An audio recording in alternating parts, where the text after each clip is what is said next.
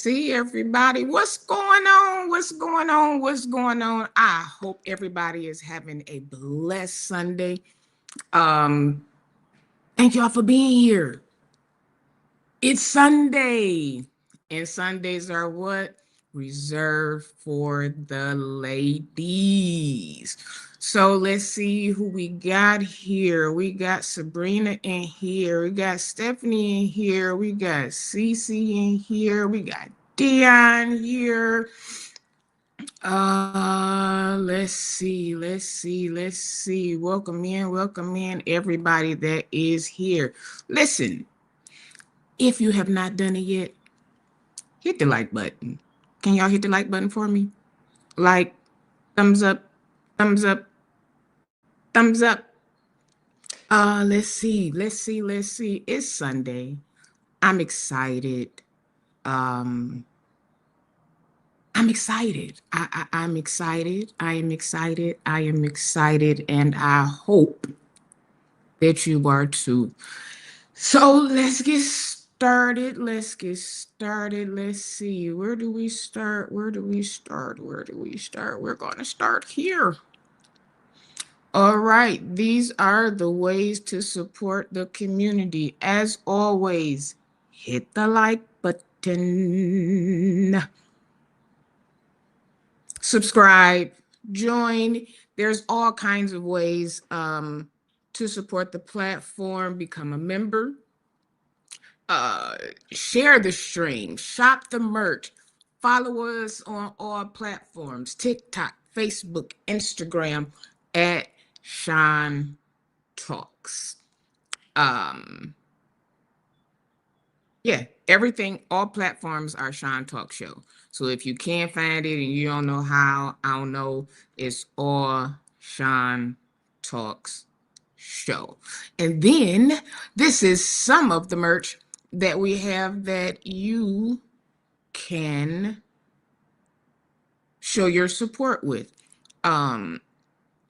Shot glass, we have the mugs. And then there's ways to also give, which is here, the Cash App. You take your phone, stick it up to the screen, it's going to pop up, send your love. That's it. But most important, hit the like button. Hit the like button. Watch the replay. When you catch the replay, hit the like button and comment there. That's where it boosts the algorithm. All right. All right. Let's see. Are the ladies here? Uh-oh. Hold on. Let me get that. Hold on.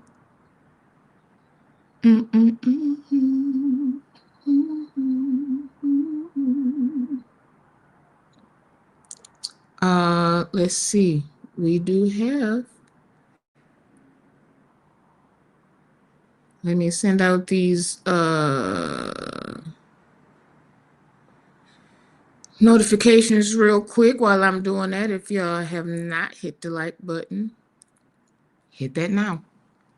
All right, we got did I get all of the preliminaries out of the way? Let me think. Let me make sure. Let me think.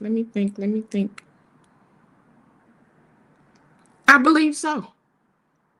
So we are going to jump right on in here. We are waiting real quick before we get started. How's your day? How was your day? How is your Sunday? I want to start doing that, doing a check-in. How are you? Because we just assume everybody is okay. We don't really know. How are you? Put how you are in the chat. And if it's somebody who's feeling or needs prayer at the end, we're going to pray.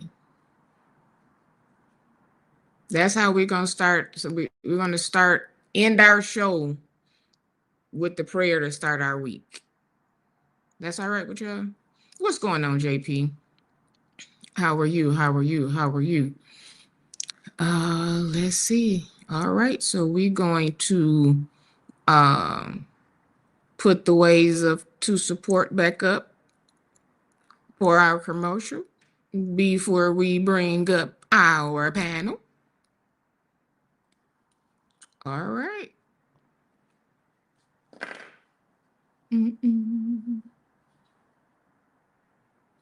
These are the ways to support the channel. I'm gonna give y'all some music real quick, and then we are going to go into our show.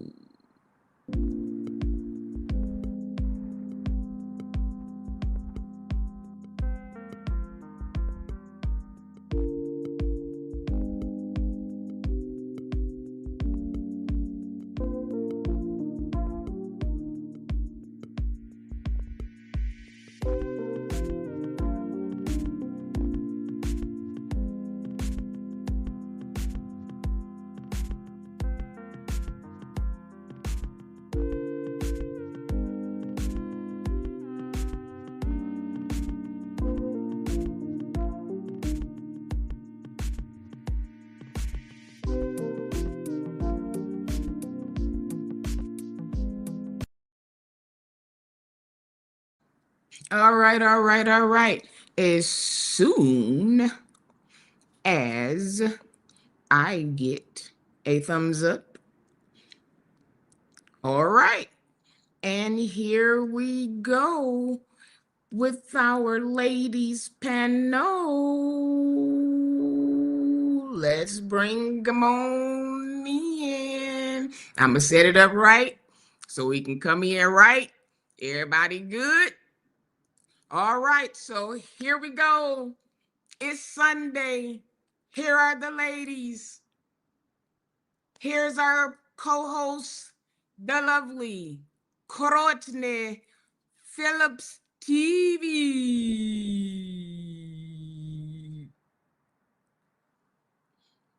See, you muted. It wasn't me this time. Nope.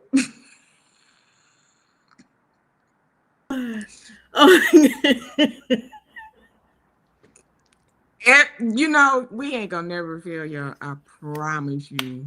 We are never going to fail you guys. We are always going to start off with a bang. And coming to the stage, our pastor, our YouTube pastor, the Juice Radio and Talk Show, Regina. Hey y'all, hey y'all, hey, what's going on, ladies? What's going on? How are you? How are you? I'm here. I'm ready. You know, I've been waiting all week for this. I am here. Look at you, Listen, Pastor Regina. listen. Yes. You know what? I'm gonna go ahead and say this. Courtney Phillips. We have an attire for Sunday now. Okay. You don't even got to worry about what it is, because you brought us up. So we listen. Yes. Ladies, first of all, y'all look fabulous. Sean, I love it. You look so cute. Right? Pastor Regina, yes. Oh, thank you. Yeah, listen, it's a lot. It's a lot. I'm loving Sean. I am loving the fresh, trim and hair. Listen, I see the fresh cut. I love the bow tie and sweater and glasses matching. You gotta come through, girl. And Courtney is always walk away, run way ready. Always. Okay. We're gonna have to come up with another name for Sunday. You're gonna have to Sunday Fire Day or Sunday. I don't know, because Courtney always giving Sunday the best. That's what she always giving. Okay. Listen. Let me either put on something or turn my camera off. We're not gonna do this on Sunday. Thank y'all so much. Oh, Lord. Thank you, Dion. Thank you, my friend. Thank you. So it's Sunday. How y'all doing? We listen. I put in the comment section. I'm not at my best, but I'm also not at my worst. So I'm still gonna give God some praise. Come on now. I'm You're gonna not at your best. praise him anyhow. You look like you at your best. Well, come Most on. of the time. Thank you. Thank you. Thank you See? so Yes. See? yeah. How you doing, Miss Courtney? I am doing well. All is well. All right now. Good. Yeah. Come through. Come through Good. with sparkly cute shirt. Sparkly cute shirt.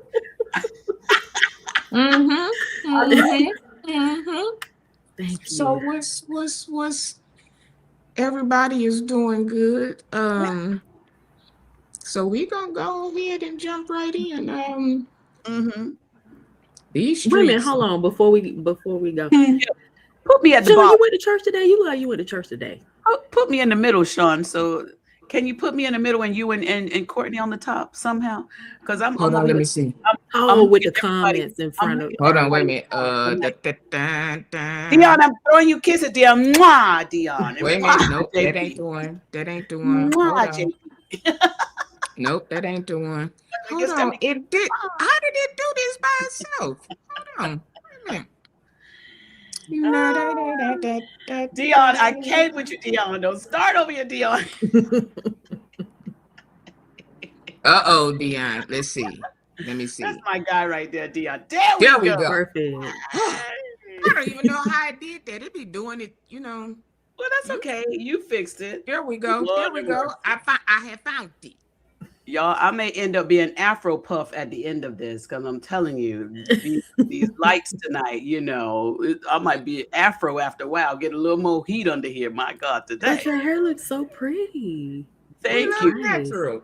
Oh God, it's a lot. It's a lot. I went over there to my friend. He had a play, Pastor Lorenzo, and we went over there and supported him.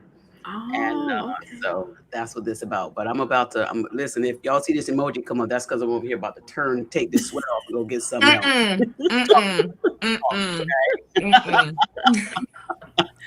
Hold on. Can y'all hear that motorcycle that just went by? Is it no? Because I got the window. Okay, fine. I got the window open. Okay.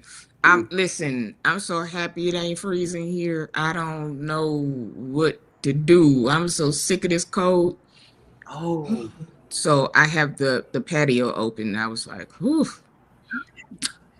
So that's awesome. Yes. Yeah. Let's see. So where we gonna go first? Hold on. Because it's been a lot. It's just I was late because I went to church, so I had to come home and run. And I had just asked you because you look like you went to church. I did. Yes. I did fought you enjoy through the it? pain today, and I went. I love it. Where did you go? Your regular church? You went to? Okay. I went to my regular church because I think next Sunday I'm a shimmy through these streets and to these Easter services because we got Dinah McKirkland is going to be across the street at Triumph. Kurt Franklin, Gregory Emmanuel having somebody, so I might just get perfecting, just bitty pop through this. Let's see what's going on out here in these streets. I ain't gonna say too much of where I'm going because my picture might be somewhere, so I don't, although don't nobody know me, but don't nobody know you. Listen, I was at the funeral yesterday, and I'm thinking it was at one of our lighter skinned cousins' funeral home. So I was like, well, I ain't gonna know nobody over here. Did I not walk in the door? Everybody, Sean. Oh, they don't call you Sean, do they? Some people. Those that have been knowing me since I was little, no. But the rest of the folks, yeah. So I was. What they call you, Pookie? Huh? Pookie. No, they just call me my name. They just got you. Okay. The government. Okay. My mother calls me Sean. My mother only calls me Shauna when I'm in trouble. Oh yeah. My whole family calls me Sean. Shauna. So your name is Shauna. That is so cute. Okay. Yeah, That's my whole name. Okay, I try not to call you that. No, listen. Now I'm gonna say, because you say it the right way. My mother pronounces it right, and there's maybe like 2 other people that I went to school with that does. You say it correctly. I'm not Who sure. wouldn't? I don't know. Oh, It okay. just, What did I've they been say? called Shanua. Shanua. Bye. Shannon. I'm like, how do Shayna? I've been called Shayna. Shawana. Speaking I've of been Shayna, do you called know Shayna? Shayna Wilson. Okay. Yeah. I just told somebody, I said, I'm back in the city. I need to start making appearances so that the folks know that I'm back. Okay, appearances. Okay, girl. Yeah. Now Come on, my grown and gospel. cousins call me Pooh Bear. Okay, I was close. I said Pookie. You thought I had it for a second. Okay. Yeah. That's Pooh my Bear. cousins. Aww. Because I used to be thick. Okay. So yeah, that's what Pooh Bear. Okay. Shauna, Pooh Bear. Y'all don't call her none of those names. You call her Sean Talks. Okay. Sean Talks. I tell y'all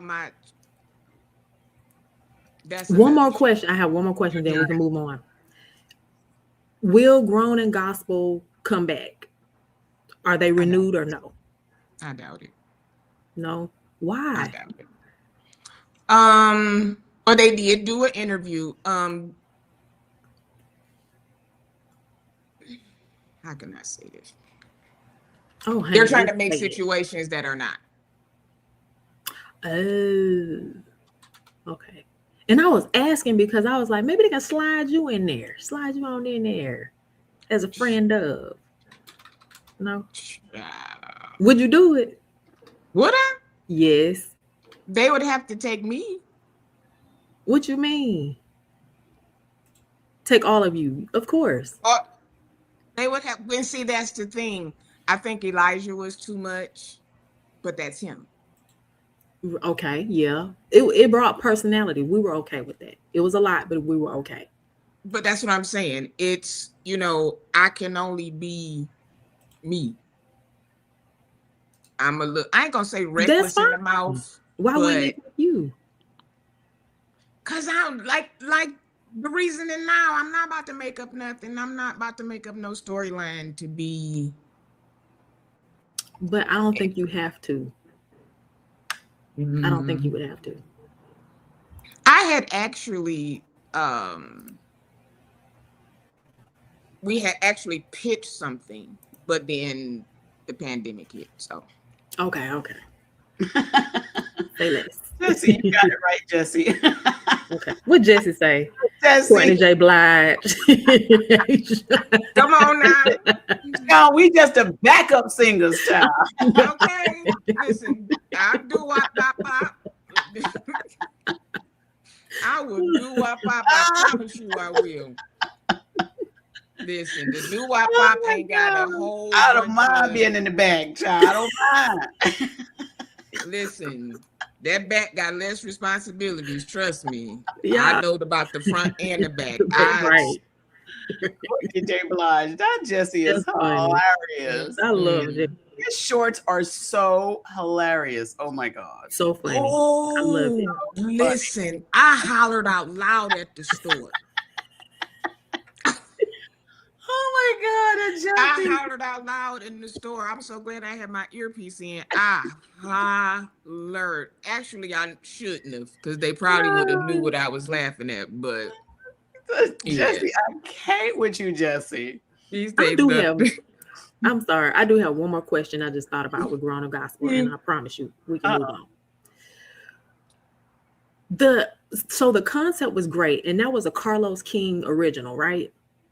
Mm-hmm. So why couldn't Detroit was a great place to do it, but why couldn't they keep it and do it someplace else? And then equate like the hip hop kids, Atlanta, DC, and they got different ones. So they could have meshed in preachers' kids as well as singers. I would have loved to see Shelby 5 on there. I would have loved to hear from the Ellis sisters, but that's not Detroit. The ones I'm thinking about, not Which Elvis? Jay Delano. That's not. They're not from Detroit. I don't. They younger. Yeah, a little bit. The older sister, probably about my age, and then there's a younger one. Well, nonetheless, that would have been awesome to kind of mesh in the gospel singing kids and the preacher kids. That would have been so dope. And I feel like there's enough content there that they didn't have to make up anything. Yeah, I learned so much about Fred Hammond's daughter. What's her name? Bree. Bree. Yeah, Bree from that. Let me tell you, I really enjoyed her segments on there. I really did. I liked her. I liked her. You know, I didn't like her. I didn't know she was married for a long time. I didn't, you know, she was married on the show, and I was like, I didn't know you were. That was interesting, right? Yeah. But it was interesting, her conversations, and the part that really had me to really like focus and tune in more on her when she was talking about, I think she was the one that was talking about she had a pair of shoes on and people were talking about her shoes. Wait, Sean. Okay, what you know that we don't know, Sean? What you know? She know. Tell us. Tell us. Please tell us. Okay, I'm sorry. What? Sean, was it not real? Oh, it was so real. It was. My gosh, Sean. And you still laughing at the girl's shoes, Sean?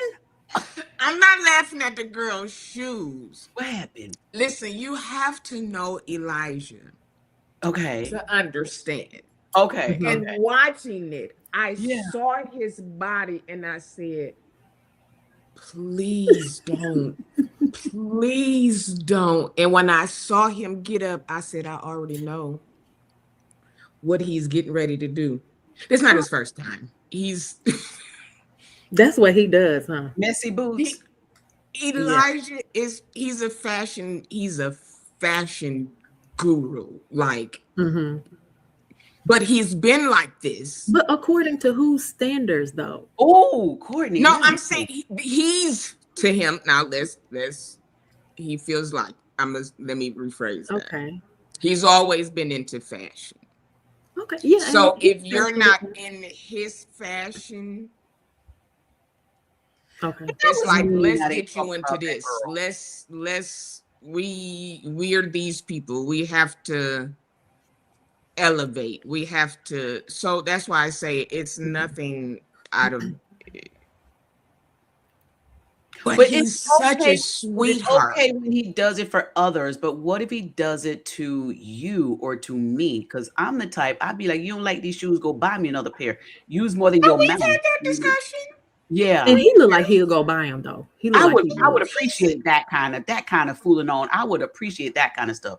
Yeah, but that's the thing. He will. Yeah. You know what I'm saying? And then I could accept it and I'd be good with you. Okay, fine. If that's the way I can roll with you like that. But I just don't like people always talking and ain't got no action behind it. I don't like. Oh no, Elijah is such a sweetheart. And then I could take stuff like that. I got this thick skin that I don't, garnered over the years. But Bree didn't seem like she had that. It was real thin. And I felt bad for her. I really did. I felt bad. I think that was some good entertainment because Bree know them people inside out, and she didn't take that mess personal. Oh, like on the show. What did y'all in the chat? Did y'all see the show? What y'all think? Since we on here, they probably like what show? Jesse said we didn't like Elijah on that show. Him and Tasha was the mean girls. And see, like that, though. That's the thing. But see, being church kids and growing up around you, we're not the ones that you want to sit with at church if you want to just be. Jesse. We cuts up all service, and then why was he up there at Lafayette County Island asking for? This is what he does. we'll go to a restaurant and he will purposely, just to throw the waiter off or waitress off, ask for something from another restaurant. Like, do you have just it? Can't. They're just hilarious like that. I can just tell that they love to carry We- on. Oh They my have that thing God. about them that's just him and Tasha, because Tasha is hilarious. I mean, It's my we God. were, she had a concert here not too long ago, and I popped up on him because I was in town. And the moment she saw me in the audience, she did something retarded, and only me, Tia, Tasha, and we were the only ones that really understood it. But we just have fun. Yeah. We literally have fun. When we sing, we have fun. We ain't one of them just. Now is it some mean girlness in there though? Let's be honest. It's a little tinge of mean girl. You know, the delayed reaction is always a yes. Right. Some We hear people through may these take it as mean, but for instance, she cried, but they apologized. But they never showed. Was that real? That Her part. crime? That was for real? I She's think real it soft-hearted. was. Yeah. Oh. I think she's real sensitive. Okay. And then again, you haven't been around in a while, so you don't that banter. You like whose idea was it? I'm sorry. She was almost like an outsider. No, go ahead. Yeah. I was gonna ask, whose idea was it to bring her on? Jesse. Oh God. I think that was a Carlos. That was around the time that her and Fred was doing that. They were she split. hadn't seen him. Yeah, that's when they were in that. So that was, I think, that kind of okay. Because a lot of mess came out about Fred after all that. So, but see, I wasn't sure how much of that was real and how much of that was contrived. So I think all her dad stuff was real. It was a little, but yeah. But I'm glad to see that she's back touring with her dad, you know, being the backup singer with her dad. I was glad to see it because, listen, I'm a mom. And so that father-daughter bond, we need our dads, you know. Absolutely. So I was happy, even though, you know, things happen. I was glad to see that they can get back together. And he brings her back on stage. And, you know, to see them together, for me, I was cheering. I went to the concert down here.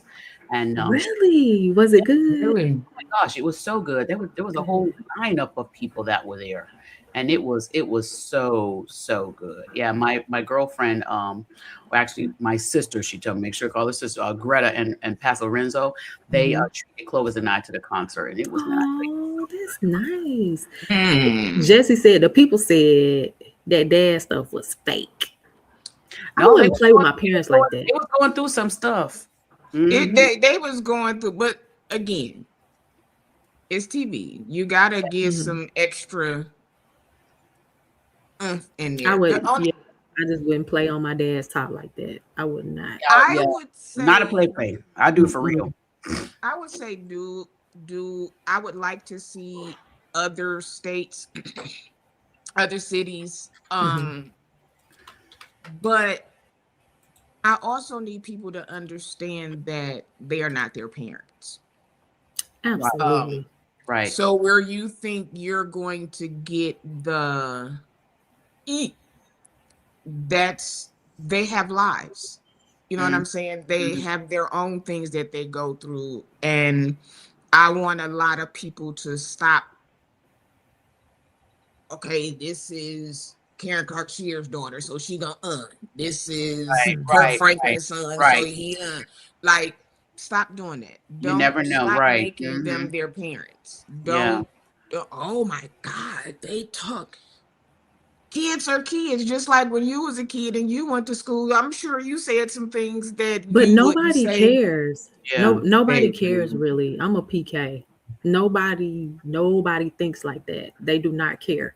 You, just like your parents are held to a high standard, They hold kids to a higher standard, and that's just the It's way of the so world. What they It's do. it's crazy, but and it's crazy. I was just talking to a friend of one of my bishop. We've been friends over 30 years, and we really had one of them, you remember when talks? mhm. And Mm-hmm. people don't know what PKs really go through. They do not care. That's number one. They And number don't. two, that's why the kids rebel. Oh, I went through a period oh, of rebellion. You Yeah. better believe I was oh. kicking against the system. Yeah, Mhm. my grandfather was a preacher, so it skipped one generation, then came back over here to me. But my grandfather, I tell the story on my channel. Some of the stuff that my grandfather did was some of the stuff I'd be talking about on my channel right now today if he was still alive. Mm, He preached real good, but he also ran them streets real good too. Mhm. mhm, And so, and I tell, those that been with my channel for a long time, they know part of why I started the Juice Radio and Talk Show is because I want people to be real if you're going to be in the pulpit. And even though, like my grandfather, he could preach the house down, but he was manipulating the money, he was manipulating the women, he was doing all that kind of stuff. And in his latter life, he ended up, having, mental issues and all this kind of stuff. And all that stuff catches back up to you. Had a child out of wedlock, with somebody that was there at the church. And so all these things went on. And as I saw this and knew about this and knew that, hey, this is my grandfather, I was like, no, we got to stop this kind of stuff. Because like I said, if I tell y'all some of the stories that my mhm, grandfather did, when I tell you he could preach and people would receive the word, but in, instead of him living the life he preached about, he was abusing his position. mhm, And so, you end up doing, in my opinion, more harm, and that's Mhm. why I tell a lot of people are not preachers. They're just good talkers. They could speak well. They're good speakers. mm. But they're not really preachers. That's like we was talking. Who show? I think we was on St. James show the other day, and we were talking about Josh. I'm sorry. I'm a. I'm sorry, sir. We were talking about C.L. Franklin. Mm, You can't mm, deny mhm, his preaching. mhm, mhm, You mhm, can't. mhm, But then we know what was going on. Then you have you getting pow-powed in your own house, mm, in a coma for years, mm, a few years with your eyes open. mm, Mm, mm, Not to take mhm, away from what he was doing, but in the end, mm. you say, I don't want to say suffered, but I can't see how you being alert or somewhat something and not being able to nothing. Mm. mhm. Yeah. Yeah, Here's the question that I have. I'm sorry. I was going to post this question yeah. to you, Pastor Regina, and then, of course, Sean, if you want to, if you have an answer as well. But my question is, why is there such a dichotomy when we talk about preachers? Why is there always this, not with all, but for the most part, there's this duality there where they're one way, front forward facing in front of people in public space and in the pulpit, but then it's a whole other thing behind the scenes that's the antithesis of what they were called to do. Why is that? I think it's just individuals are not revering the position of a pastor. And instead, what they do is they have the gift of communicating. They have the ability to speak well, but they use that in the pulpit because that's one of the biggest money making, easiest platforms to get on. So it's the individual. They're not taking the seriousness of what that position is. And most of the time people do it because they can get away with money. They get away with the women. They get away with having that position of power. They get to have the audience that they want. People do things for various reasons, but those are, in my opinion, my top 4 reasons as to why people get in a pulpit and don't take it serious. I mean, my grandfather was, he was like I said, he could speak well. He knew that Bible frontwards and backwards, but he just would not live the life he preached about. And it's a lot of people that's out here that's doing the very same thing. And that's why I'm so glad that I am not my grandfather's replication. I'm glad I'm not that, because so many people feel as though, well, that's your lineage. Oh, no. That thing broke before it got to me, because I was not going to step in anybody's pulpit and play around. I'm not going to do that at all. But that's because I revere that space. It could be a cardboard box. If I'm standing up there saying I'm preaching the gospel, then I got to make sure that you got to revere that place. You've got to have some thought of protection for the one you serving. And people just, they don't care anymore. Not all of them. Some people just don't care. They do what they want to do. My grandfather was in it because he had a following. He also was, my grandfather, thank you, Holy Spirit, that's right. My grandfather was more of a person like Jamal Bryant. He was a great activist. Okay. He was back in the day when racism was still at its highest, right? And he would fight any white person that came against him. He would fight the justices. He didn't care if they were all white. He would fight with no fear, and God would protect him, But he should have just been a community activist. He should have stayed there. But when he came and brought it onto the pulpit, that's when I think was part of his demise and downfall, because you can play in them streets, but you can't play on that pulpit. And he found out that he could speak well, like Jamal Bryant could speak very well. He could articulate his words in a manner where you would be like, oh my gosh, he's so brilliant. But he would not take that pulpit serious. And so everybody has their reasons for doing, but those are my top 4. Yeah, Sheree, exactly. I don't agree with that 100%. Not you, Pastor Regina, but the statement. I don't know. I don't agree with that all the way. I understand what you're saying, though. What Sherry is saying? Yes, ma'am. Yeah. A lot of them were not called. They went instead of sent. I think that 2 things could be true at the same time. You could be called, but the weight of the call could be so much that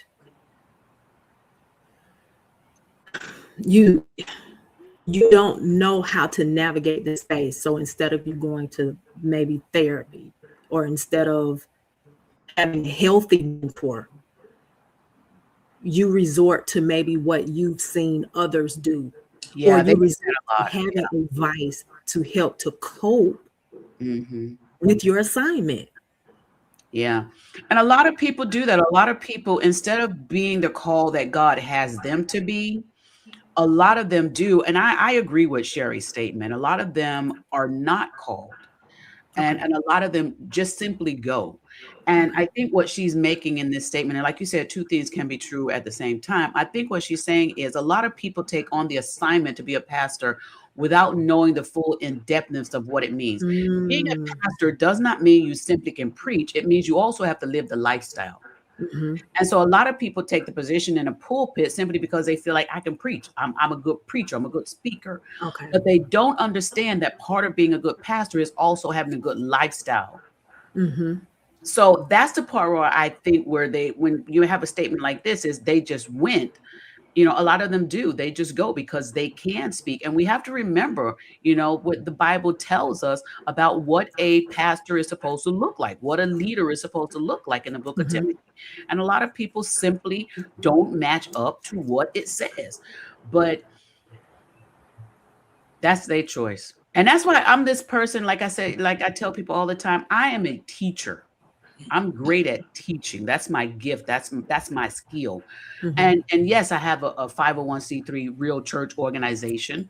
And so because when you file that in the corporate in the state corporation docs, you have to have a pastor when it is called, a church. And so Mhm. I had to take that on. And even when I was preaching, people, oh, you're the pastor, you're the pastor. And even now, you're the pastor, which I don't mind that because yes, I have a pastor title, but my gift is teaching. That's my gift. Even though I live my life right, I live my life right because I understand that even though sometimes you feel like my life is supposed to be private. Hey, Dr. Ben Israel, you feel like my life is supposed to be private and what I do in my private time is my private time. Well, when the microscope gets on you and it gets out in public, we who call ourselves leaders of Christ should not feel bad because it gets out and people view it wrong if it was actually wrong.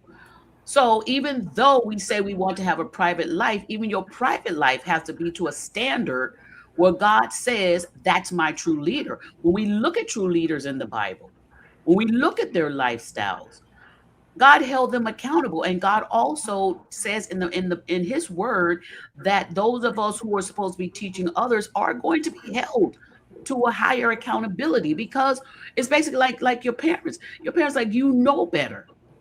So because better, you're supposed to do better. And when we don't do better, now we can't go to our parents and say, well, I wanted to be like Johnny. And your parents say, no, you ain't Johnny. You are you. And I'm going to hold you to a higher standard than I'm going to hold Johnny. So we just got to, But that's I just, think I'm sorry, go Sean. Go ahead. No, I was just going to say that I agree with that. But then, like Courtney said, two things can be true at the same time because here we have so many denominations. Okay. so, yeah. And we all know each denomination thinks that they're right. So when you have the different denominations, and then you have the different pastors and bishops and elders and apostles and overseers and prophets and prophetess, and we have all of these things now. Mhm. When before we had Reverend, the Pope, Mhm. uh this overseer stuff, very, very rare. I'm talking like 70s, 80s, early 90s. Bishops were, I was just literally just having this conversation with my mother yesterday. The bishops here was Ellis, Mhm. um, You didn't have so many bishops. It was only like a few in the like city. a few, and they were Yeah. actual, like, Ellis was over PAW. So you're an actual, like, bishop. These were bishops. Nowadays, it's bishop elect this and bishop elect that and this elect and that elect, and everybody's an apostle and an overseer and there's just so many things now. And by it being not only that, you have all of these denominations. So like we said before, we saw Brian Kern and Bobby Warren having a conversation. I'm right, no, I'm right, no, I'm right, no, I'm right, no, I'm right. So when you have that on top of, sorry to say, certain examples of people that you've seen, Mhm. you kind of get that. Well, they're doing it. And a lot of them will tell you when they first came into it, they wasn't doing a whole lot of stuff. But as they, I guess, matured in the gospel and they go here, you start seeing more things. That's like when you're a part of a play. If you're just a part of the play, you see the skit, the actors, the actresses. But if Right. you're a part of the background, you see the things that go on backstage. So you have a different respect, Mhm. so to say, for certain things. So a lot of times, are they called? Mm, I think a lot of people are called to spread the word. Everybody I was don't called to think a spread the lot of word. people. Let's be clear. I'm saying as far as, let's put it in ranks like they do. Okay. A lot of people should be elders and evangelists. Okay. And not pastors. And not pastors, Okay. bishops, and so forth. That's what I'm saying. It's Yeah. a lot of people who should just remain in that elder evangelist state and just, but people push them. Oh, bishop. Nah, I Oh, don't. evangelist. You think people be pushing them, or do they get that one compliment that No. you Not all of them, but you look like a pastor? not all of them, but you get one or two of them. Yes, they will. And Sean, let's put that comment back up, because you guys, all of you who are on the Juice Radio and Talk Show, we're going to help promote Sean's channel. So starting April, we're doing something different. Starting April, I have pinned Sean's YouTube channel on my YouTube channel over here in the comments. I pinned her channel there. So we want you guys to support her wholeheartedly.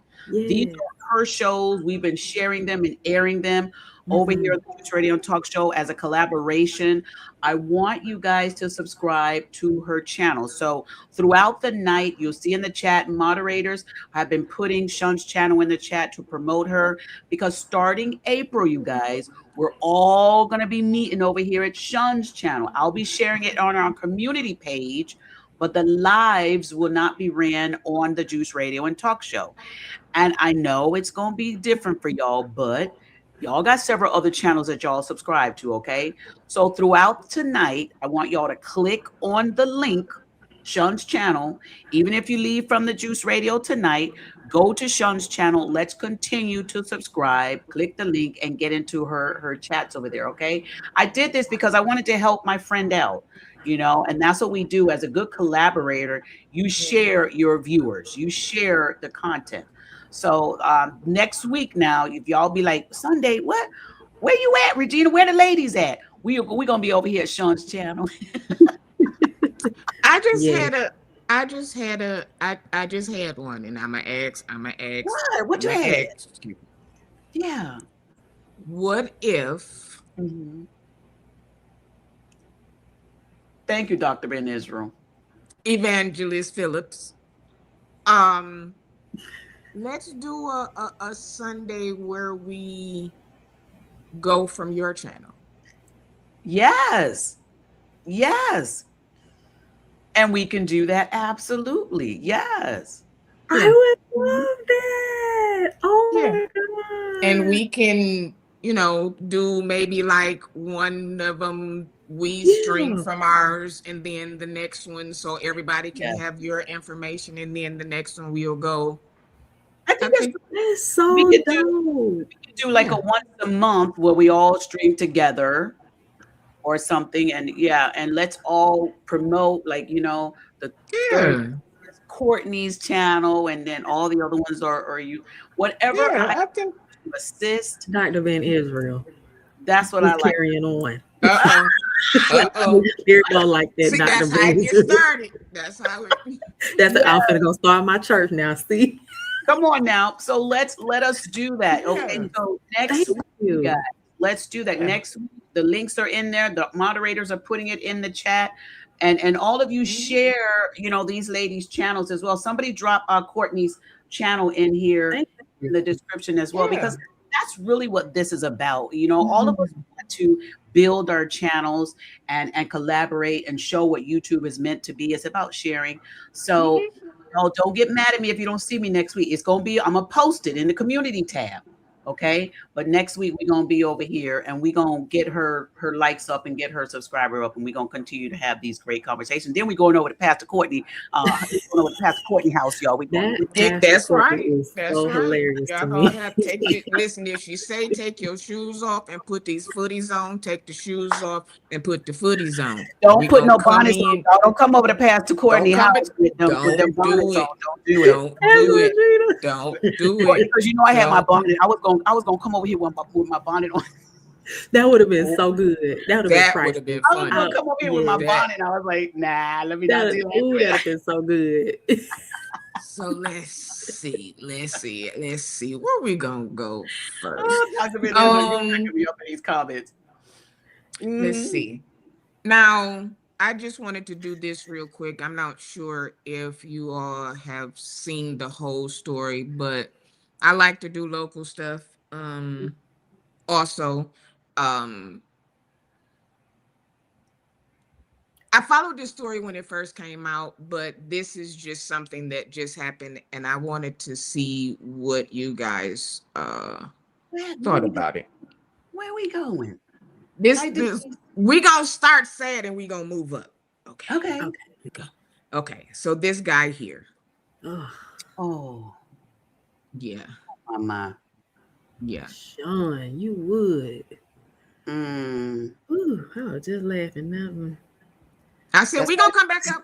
Hold on, Stephanie. Who is Courtney Wilson? Who is I am Courtney Wilson? What? Not me. Stephanie. Courtney Phillips. Oh, Courtney Phillips, Stephanie. Courtney Phillips. Pastor Junior, you said Courtney Wilson. That's okay. She working hard in these things, girl. That's all right. Thank you, Stephanie. I'm sorry. Go ahead. Thank you. Thank you, Stephanie. I bought this because it's many layers to this. We all know what happened. So sad.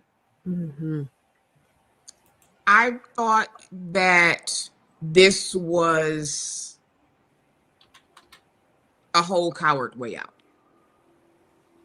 being that you did this to yourself. Because now you have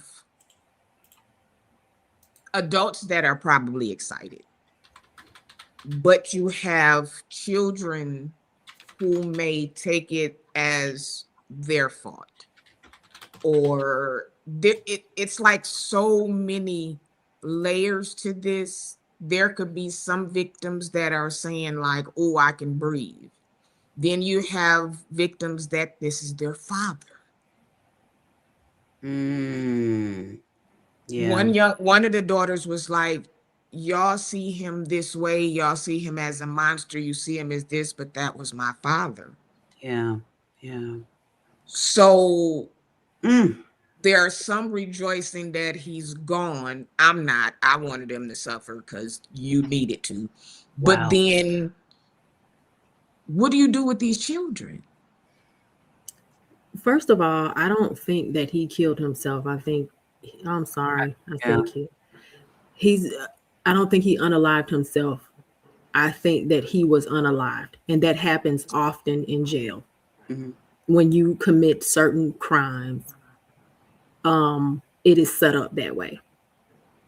I had that thought too. Yeah. Did they ever say or report how he passed away? They just found he unalived himself. But I don't think that's like Courtney said, people can make it appear to be that way. But you know, both things he could have taken his own life, because he probably, all that guilt. We always say this. Let me tell you all this. In the church world, we always say this: when Satan is done with you, he's done with you. Yes. And so I think that's kind of what happened in this situation. And it could be, I'll see it from two scenarios. It could have been that he was like, hey, I've done this. I can't live with myself no more, you know, and all that. And he could have taken his own life. Or it could have been like Courtney said, some of the people in the block, two things they don't like in a prison. Come on. People that mess with them kids and police officers. They don't like them. And so somebody could have, but it's, either way, he's not here anymore. Yeah, he's not. And see the thing with that, he's got kids. Oh my gosh, so many kids. Oh my God. And here's the thing, though. This is why I had the same thought that Courtney had. Usually, people of that status, they're not in public. What do they call it? They're not in Gen Pop, right? They're not in Gen Pop. Yeah, they are 24-hour. they take extra precaution, especially with those in between the travel. Okay. What did he have? That because there are no shoelaces, it's nothing but uniform. Mm-hmm. Mm-hmm. Yeah. It No. doesn't say, Dr. Ben Ezra, what type of prison he was in. I'm not sure. He was in the in between, the transfer camp. So he could have Where been he- in what, county or something like that? Or no? He was between the county and I think they said he was leaving in 2 days to go to his final. Okay. Wow. When I tell you they're definitely under. on Sue what? Oh, okay. Oh, okay. What I watch. Yes. But the thing about it is these systems are corrupt and privately owned, most of them. Mm. So I'm sorry, you cannot pay me to think that he did that on his own. I'm telling you, Yeah. that's and out. he was supposed to this just came to me. Mm-hmm. He was supposed to give the location. Okay. Yeah, right. Mm-hmm.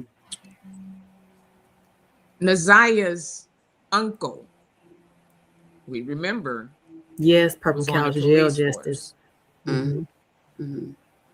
The uncle was on the police force. Mm-hmm. I didn't know Oops. that. One of Annette's sons. Mm-hmm. Mm-hmm. Either the son or son-in-law, something is on the police force. Well. Mm.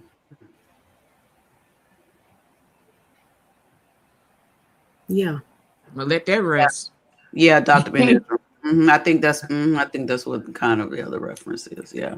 If that was the case, there are plenty of opportunities for him to be handled or even have some set up for him through guards who may. I just thought about that just this second. Because they were saying that was why it was taking so long for a certain type of information to come out, and it was brought up that one of them, But see, just that one case that happened not too long ago with the teacher that was having improper dealings with a young lady, and he wound up getting unalived.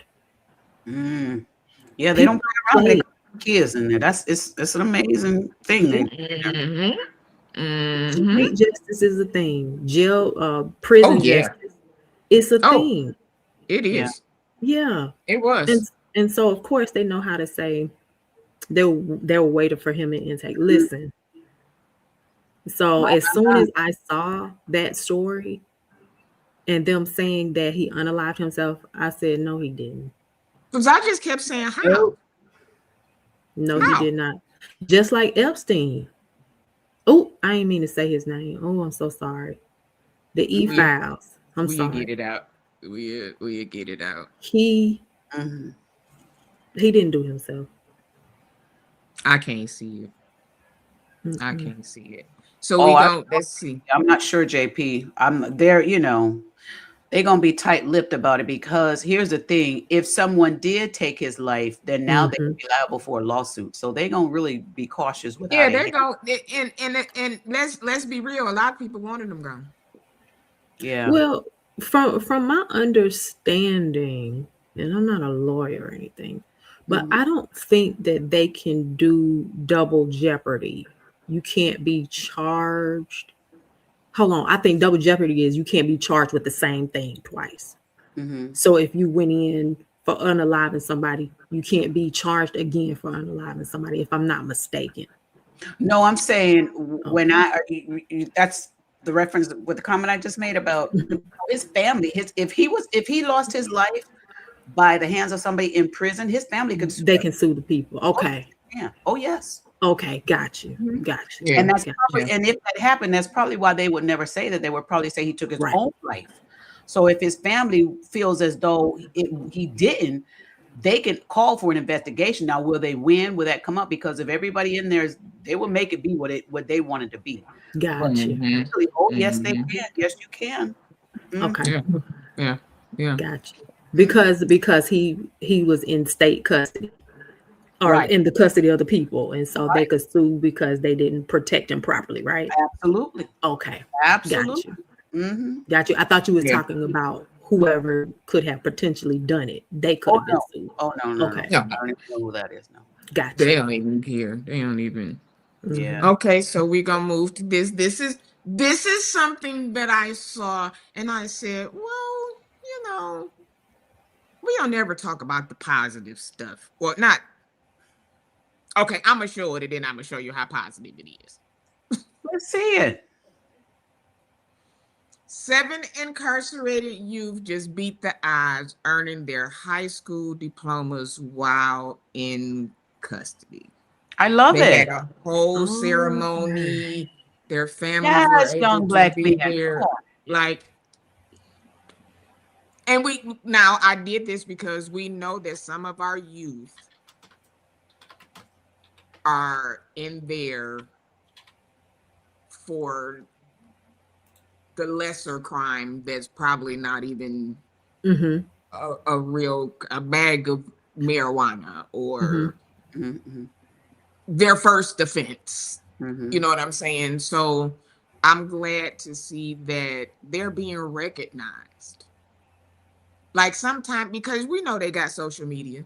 If sometimes if they see like, yeah, I'm doing something and it's making a difference, we never know what they'll come out and do. A lot of them come out and become entrepreneurs, and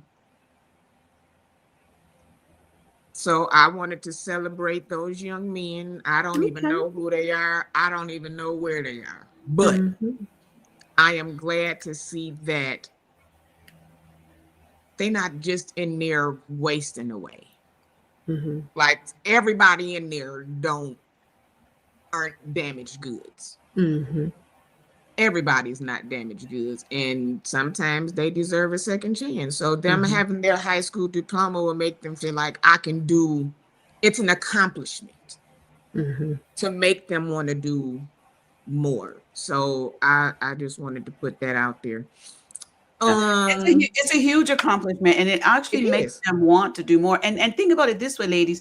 These young men probably would not have even gotten their diploma out of the system. That's right. So it kudos to the people that even said enough of, hey, we're going to go in and help them get their diplomas while they're in here, because it sets a goal for them and it lets them know this can be a starting point.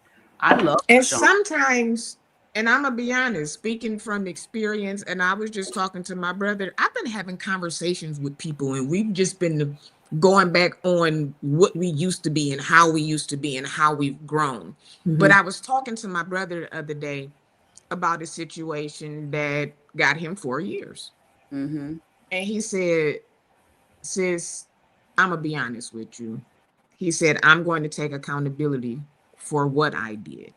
He said, but I'm glad it happened. Wow. Because it set me down. He said, if I hadn't have went, I don't know where I would be right now. He said, so I'm glad I got that 4 years. And I was like, you have kind of, because he's a father. So he, it miss a kid's birthday. It'll make your whole mind go a different way. So this could be an opportunity for them to sit down at such a young age and think about it. You know what I'm saying? So, I have a question. When they get out, they don't have to go through that part. I love that. I have a question for you. Josh had posed this on another platform. It might have been on Millennial Mondays, but he said that he thinks that troubled youth should automatically, and I'm probably not quoting him right, but something along the lines of they should automatically be enlisted in the military, something along those lines.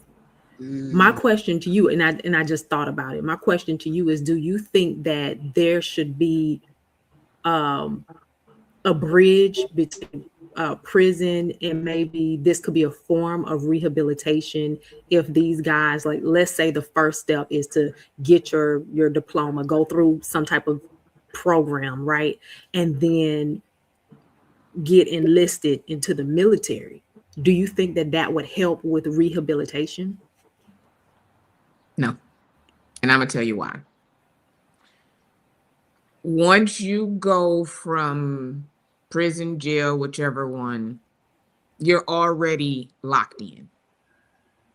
And if you've been there He gonna correct 2, me. 3, 4 years, and you go from that like this straight into the military,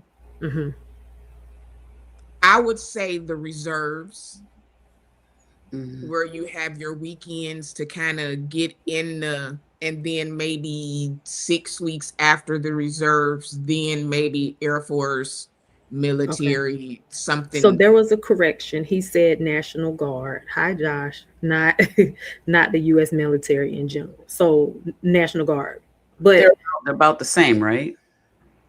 They're like National Guard is a little more lenient, in my opinion. Okay. Yeah. All right. I would have a concern with somebody who's been incarcerated, who has not had the proper training to how to control their anger, how to control their wanting to take somebody else's life. Because here's the thing, when you go into the military or the National Guard, I think also you've got weapons involved. And so what happens when you hand this person that you just got out of prison, or who, instead of taking them to prison, you say, go to the military, you hand them a weapon.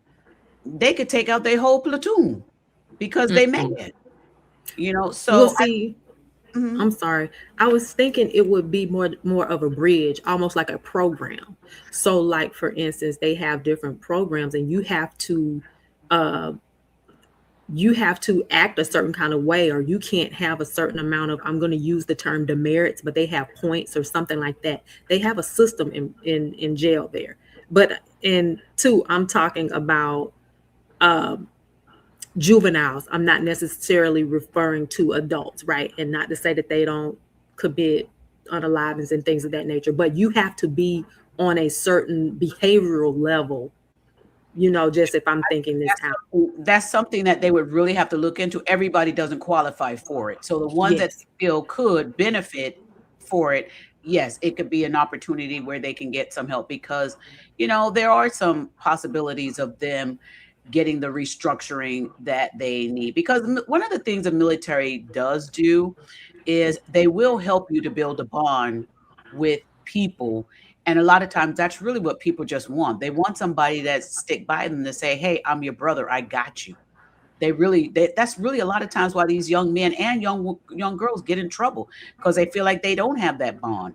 So I think, you know, depending on the person, depending on what they could get out of it, and not so much of all the dangers that they could bring to it, I think it could help some.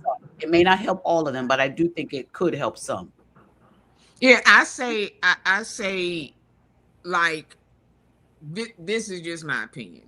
Like, Cruiser said, Job Corps. But I would say either Job Corps and therapy, or the reserves and therapy, or if they have some type of program in place while they're there to kind of get that emotional part together before they send them out to, because even if they went in and was a cook, it's still knives and things on them boats.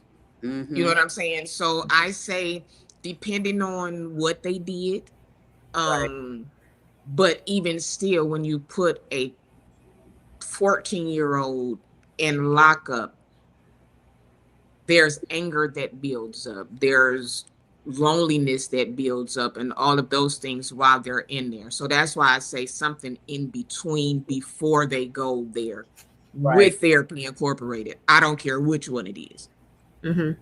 But it should still be some therapy put in motion, because you can't get called right out and you go over there and just take out everybody because you mad that you went from pretty much lockup to lockup. Well, I guess my thought behind it was another tool, because some of these rehabilitation tools are not as helpful, right? Yeah. And so I figured that that could be a strategy to not just have good behavior in jail and then you're released, but this could pave a way for you to go to have that, get that discipline, go to college potentially, and then even make this thing a career. Like this could really change the trajectory of your life for those that they deem this would be a program that's appropriate. You see what I'm saying? It was just a thought, and I just wanted to know you. I think it's a fantastic thought, Courtney. I think Me too. For Josh to put it out there, it's a fantastic thought. And it makes me think of, like, when people do go to prison, are they getting the mental help that they need, or are they just placed in a cell? And they may not be getting it. Maybe the resources aren't there. Maybe the people ability or wanting to help is not there either. So for them to be able to go somewhere where they are locked in, as far as like a Marine Corps or something like that, to say, hey, we're going to train, we're going to discipline, we're going to help you get the mentorship that you need. We're going to help you with counseling services that you may need. Do a thorough process on what's going on mentally, what's happening, all this stuff. I think it would be great for them to go to a place that cared enough to do all of those attributes that that young individual would need. Because when you throw them in prison, what are they getting? What are they really getting that's going to help them? This all reminds me of the movie that I was pulling it up here, that CeCe Winans made, called Fatherless No More, the film Fatherless No More. If y'all haven't seen it, it's a very, very good film. You have to go to her website to see it, Fatherless No More. And it's from this pastor. What he did, and I'll put it in the description. What he did, this pastor, and his name is, let me bring his Pastor Tim Johnston. He's the founder of Fatherless No More initiative. And what he did was he got into his RV and he rode over to, I think it was Rikers Island. And he decided to sit in the parking lot and park his RV in the parking lot. And he would go into Rikers Island, meet with some of the youngsters, talk with them, show them compassion, show them love, tell them they're not forgotten, mentor them. And he just give them hugs. And he was letting them know, just because you're in here does not mean that you're alone. And through that program, him making this initiative to let these young men know, just because you don't have a dad in your life does not mean that you don't have a man in your life that cares about your life.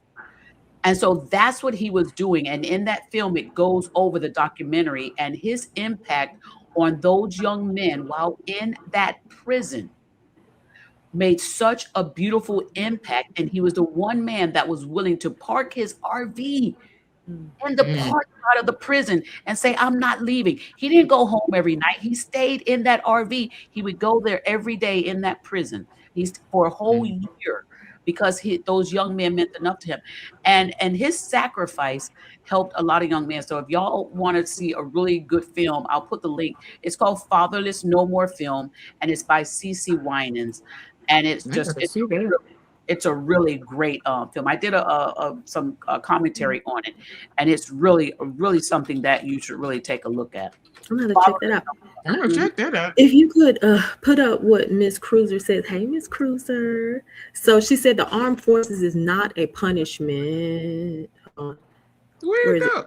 They take a test and qualify for the privilege to serve. And so I wasn't saying that they should go in as a punishment, but it was serve as a bridge. It would serve as a rehabilitation, if you will, type of program that will help them to change the path that they were going along. So that's how I wasn't looking at it as punishment. I was looking at it as a tool, a guide to be able to help them. They have like certain programs in the system that they go through, especially if they have good behavior. There are certain That's what programs they that they need. Yeah, it's something they could benefit from. I think it Yeah. would be great. Yeah. So Yeah, no, I wasn't I saying think it was that. like a punishment. And see that, but the thing is, that's why I say they have to test their mindsets, because if they take it as a punishment, then that's when they can react to or act out, Yeah, shall no, we say. because the programs that they have in the system, like you have to have a certain kind of behavior.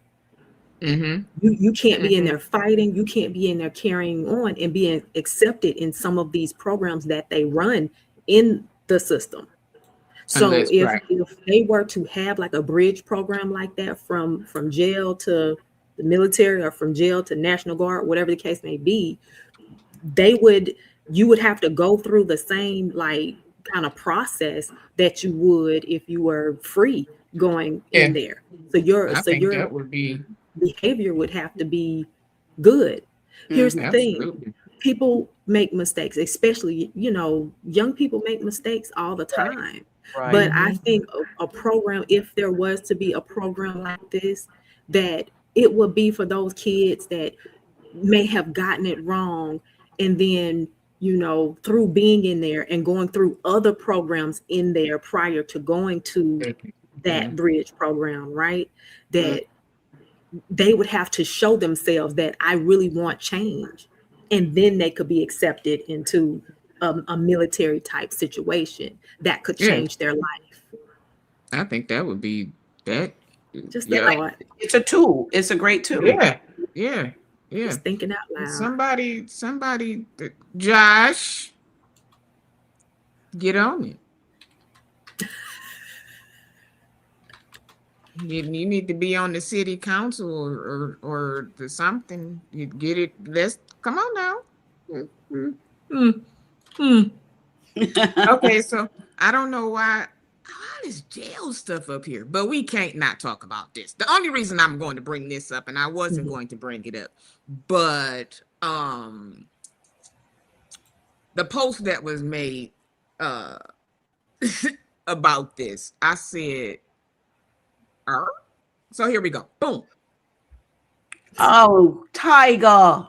Tiger. Tiger didn't used to look like this. Y'all This wait is till so I do. Y'all sad. wait till I do my Tiger Woods story. I'm already preparing for it. Y'all wait. Targa stressed. I don't know what going on with Targa, but Yeah. Targa needs some. He may need to sit down for a minute. But here is what Oh God. the people's orange person said. Mm-mm. This is where I put my emoji up. Talk about this guy. This is where I just bring my emoji up. He said, "I've just been told that Tiger Woods, who is a great golfer and an even greater American, was involved in a minor fender bender today. And as Mm-hmm. a result of a misunderstanding, was charged with a dreaded DUI. This happening as he attempts to return to professional golf. Everyone deserves a second chance, which Tiger never got, if we're being honest. That is why I am calling on Governor Ron DeSantis to immediately and completely pardon Tiger so he can focus on the Masters and help make golf great again." Cha cheese.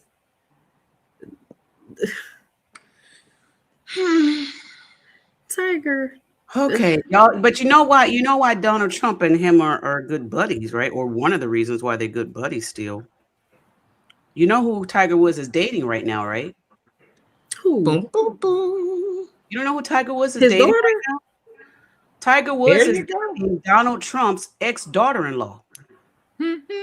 Tiger Woods is dating. Let me read it from the Google search because my husband Let told me me this. put you on up here. Come on. I said, wait until I do my show. My husband reminded Tiger Woods is dating Vanessa Trump. She is the ex-wife of Donald Trump Jr. The couple started dating reportedly in late 2023 and have been spotted together, so forth. So yes. Mm-hmm. They said as of March 26th, they kind of like let it know, but they said they reportedly have been dating in late 2023. But yes, he is dating Donald Trump's ex-daughter-in-law, the ex-wife of Donald Trump Jr. It's a whole Clip mess. that. It's a whole mess. Well, Mm-hmm. he's gonna get out, huh? Tiger, and your women that you choose, Tiger. You should have stayed with the one that took that golf club to your truck because she was trying to keep your butt in line. She was Tiger. trying to help you out, Keep sir. in line, Tiger. Any woman that go take that golf club after she heard what she heard, and you tried to run away in that car and crash that car. She was trying to get your butt in check, but you messed up, Tiger. You lost a good one there. She was like, okay, go ahead. But how is this a minor fender bender? Tiger, people were saying, why didn't Tiger have a driver? You know what? Why? I think my opinion, my thought may not be the thoughts and the views of everybody else. Allegedly, why Tiger Woods doesn't have a driver? Tiger Woods may be hard to deal with, and Tiger Woods probably them people like nah, or Tiger like nah. I don't want y'all driving me. I drive myself. I got me. They like go on, boy, go on in. Go there. So he don't want to drive her because the driver see too much. He don't want to drive her because the driver will see too much. Oh, because Tiger had to make a couple of pit stops and a couple of runs a few places. Yeah, he learned from his friends allegedly. Boop boop boop boop boop boop boop boop boop. Boys, y'all know that doggone Tiger. Yeah. Okay. Vanessa Trump has 5 children. Oh Lord, right here. And don't Tiger, so he trying to do the Nick Cannon, the Brady Bunch kind of what? Tiger would tear up a car, though, won't he? He needs to drive a golf cart. That's what he needs. Who insurance is in Tiger?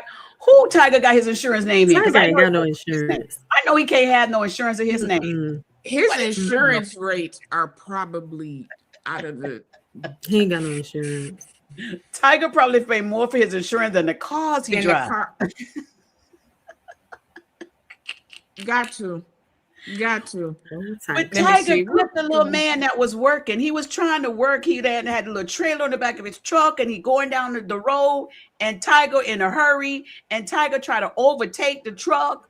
And the truck is like, wait, I'm turning left, and all of a sudden he see his Range Rover coming. He got to swerve. The other guy got to swerve to get out of the way, and Tiger clipped the man. The little trailer and flipped his dang on car. And then Tiger, according to the stories, y'all, according to the news sources, Tiger had to climb out the passenger window to get out. Now, let me tell you, Tiger does have 9 lives. What are you on 7? He on 7? Because sir. Right, Breezy. He wouldn't be driving me, my kids, the dogs. He couldn't drive. No. Tiger could not even get a driving for Uber, DoorDash. People shakes to be all over the place, all over the car. He couldn't do it. Ladies, please forgive me. I have to go pick up my daughter, so I have to run. I've enjoyed it as always. Thank you all so much. All right, don't forget. We got you. Yes. And hit me up and remind me and let me know what I need to do. Thank you all so much. Thank you, Pastor Regina. Thank you, Sean. I appreciate it. You're welcome. Be careful. I have pinned Courtney and Sean's link in the description of this video, y'all. Because remember, next week we over here with Sean. Thank you, girl. Be safe. All right. And y'all tune in to Josh. I think he's coming on 8 Central, 9 Eastern. 9 Eastern. Okay. Because he's going to have a panel. I'll be over there. Say it again. Okay. I told Josh to put it in the time in the chat so we can so we can be on time. Good night, y'all. Thank you. Good night. Yeah, Tiger don't need to be driving. No how. He don't even need to be driving a golf cart.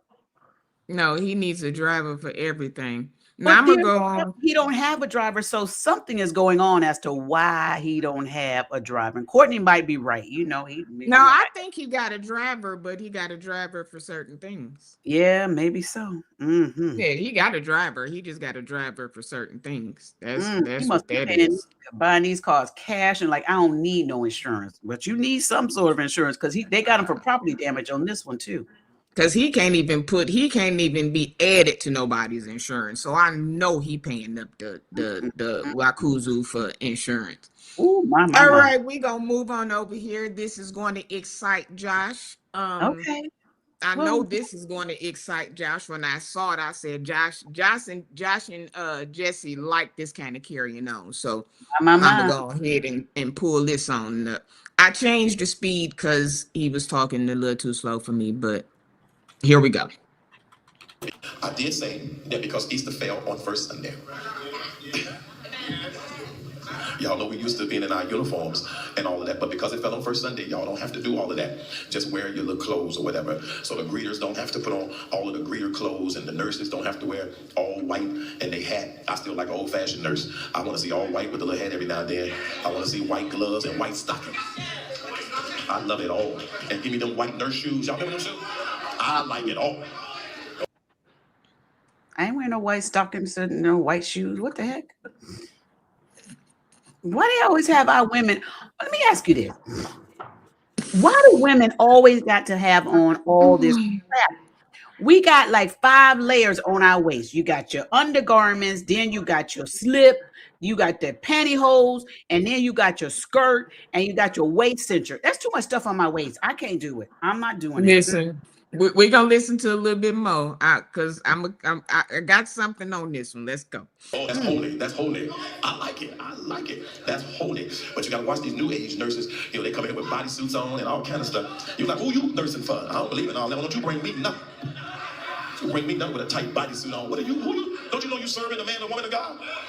And you can't look any. Okay, you know what? Let me. That's for another day. I'm sorry. For another day. Because I'm old school. I believe if you're ministering and you singing, you should look a certain way. You up here singing, what's going on with you? How you singing with a onesie on? We worship you. You ain't worshiping nothing. Present your body. I know they don't like me. I'm sorry. They don't like me. Maybe I'll tell them in a minute. You ain't singing today.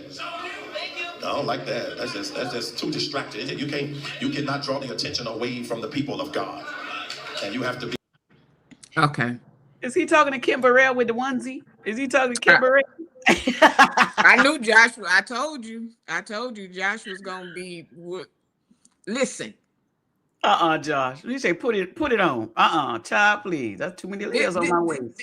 My problem is this. He did about 15 minutes on women. My. Go ahead and talk, Sean. Tell him. Never said a thing about me. Oh, well. You never talked about these James Brown back in the day tight flooding pants with everything showing. We haven't talked about these tight jackets with the buttons screaming for help that they wear. We haven't talked. We never talk about what the men wear. It's always the women that are distracting. Yeah. Right, Kanique. Right. I think you're just nasty. I think it's a fleshly thing, because why do women have to be so covered up and so plain in order for y'all to worship? I don't know what the sermon was about. I think listen, I don't want nobody in a onesie picking up my groceries in the grocery store. I don't want it. So I know I don't want to see it at church. But I understand like what you're saying. But women, we also have to understand that we got to know where we at. And there's an outfit for every occasion, everywhere you go. But men, like Sean is saying too, y'all, let's start talking about some of these men as well. I mean, when I go to church and the man of God is preaching, I don't want to just be zooming in on the midsection because it's so tight. I can see Lincoln's head on the coin that's in your pocket. I don't need to see all That that. part. I don't need to That see part. that. Your That part. change ain't even jingling in your pocket because it's so tight. It's just all squished in there. We can see who calling you from your cell phone. Your pants so tight. So yeah, we Okay. don't need to see all You that. can't even put your wallet in your pocket because your pants is so tight. No, mm-mm. And they out there. Now, I do agree to a certain point what you're saying. But then I'm thinking of it like this. Even before the BBLs and the 360s and all of those things, there are some women who are shaped that I don't care if they have on a robe. Mm-hmm. You're going to see. Mm-hmm. There are people like, what's his Tudman? Is that his name? Mm-hmm. He's Mm-hmm. just thick. Whatever he puts on, he's going to look like the Incredible Hulk. It's got to be tailor-made. Mm-hmm. It's got, and so my thing is, I'm gonna lose some people. We gonna keep them all. Go ahead. Everybody's modest is not the same. No, that's true. Mm-hmm. Everybody has different fashions. Mm-hmm. What someone may think is their best to the next person may be like, why would you wear that? Mm-hmm. Mm-hmm. So it's all in most females, and I'm gonna say this, you can correct me if I'm wrong. Mm-hmm. Most females at church pattern their dressing after the first lady. Oh, wait a minute. The first lady wearing onesies? We don't know. There are some churches that may. Go ahead, girl. I've seen people do praise and worship, but then too, it's 2026. Mm-hmm. Onesies are. Girl, I do not want to see a I, onesie at I church. don't. You up there I doing would praise and either. worship, looking like what's her name from the X-Men? What is her name from the X-Men? I don't Oh need you shoot! looking like Storm. Storm. I don't need you looking like Storm and you up there doing praise and worship. No, we don't need to do that now. No. And see, that's why a lot of choirs would have them robes. Everybody need to look the same, so you ain't focusing in on the wardrobe. You just want to hear the I beautiful. say go back to the robes. I've been saying this for Yes, years. Go yes. back to the And make sure robes. they're not these fitted robes, No, we want Go the back to the puffy arm robes, the big puffy arm robes. robe. Yes, that's The right. That's right. the Men's and but women's all look the same.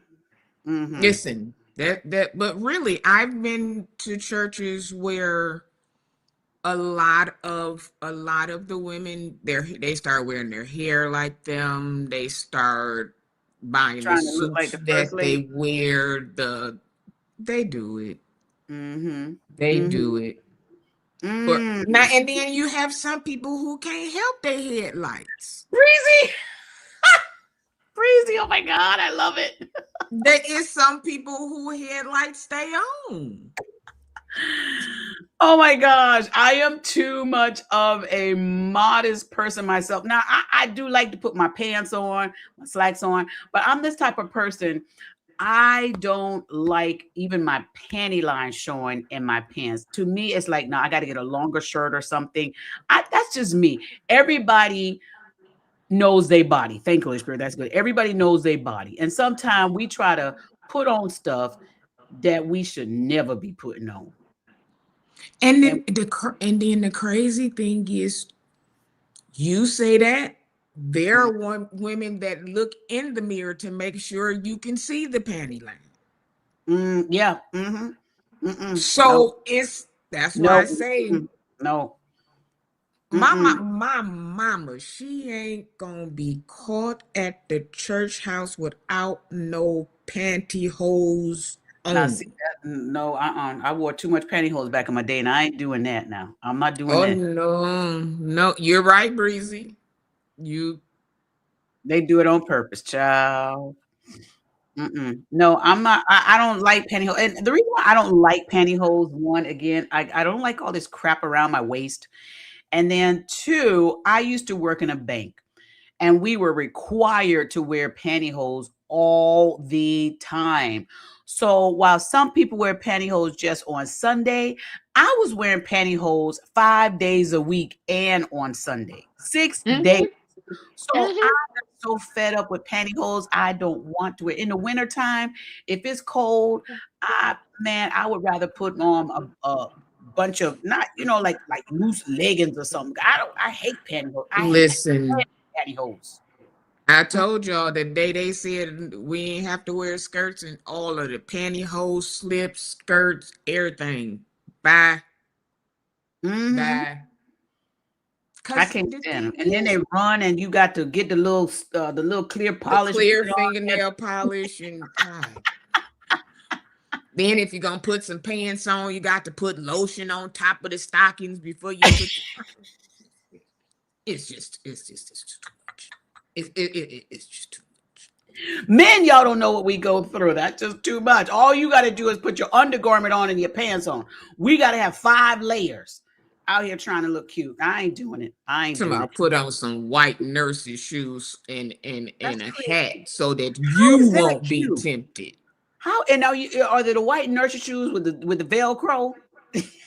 Or the tie up ones, the ones that look like when they walking on cushion. Why do we have to wear that for y'all to be okay? I'm not doing it. I'm not doing it. You need to get yourself in check, because ain't nobody doing all of that. Go to the hospital. Do your service at the hospital, sir. Even the hospital wear scrubs. What are you talking about, sir? What are we? But you notice he said, "I like that." Oops. You said, "I like that." Yeah. God, sir. That's your preference, sir. That's your preference. Now we gonna go on over here. Would you say it is to prevent temptation, or just a respect? Is it just to prevent temptation, or is it a respect thing? I think the latter is the case, and more. And no, it's to prevent temptation. He said it. Yeah, but come on, you said it was distracting. If your position, first of all, I mean, to be serious about this matter, if your position is to be a armor bearer or a hostess to your pastor, you should not be coming in with no onesie. That's not cool. That's not right. So no, you should not be doing that at all. You should not be coming in with something that's tight fitting anyway. There are enough loose fitting, cute clothes that you can wear, that your pastor, when you come in, they don't have to be like, "Oh my God, did you see what she have on?" So he just needs to have that announcement with whoever's going to be his hostess or his armor bearers, or he just need to have that conversation. And they need to. Let me tell you, I was going to Pastor Creflo Dollar's church, right? World Changer. And I did the membership class. My husband and I, we wanted to serve. And they told me after I finished the new members, I said, "Okay, you would be great as a hostess for the pastors. Like when the guest pastors come in, you could, take care of them and all this stuff." 2 things I didn't like. One thing, they told me I had to wear pantyhose, and black pantyhose at that. Next thing, they said that my skirt had to be 5 inches below my knee, and I could not wear no pants. And then the next thing they said is I cannot speak to the guest pastors unless they spoke to me first, and all I could say was hello and nothing more. I passed a position on that. I said, "No, I don't want it." But that wardrobe that they want, yeah, Sean, they told me you cannot speak directly to the pastors when you're hosting them. You can only give them whatever they ask for. If they want water, if they want a crumpet or some tea or whatever, you can give them that, but you cannot speak to them. And if they speak to you, you can only say like hello or yes or no, but you cannot have conversations with them unless you are spoken to, and you have to keep your conversation limited to what they say.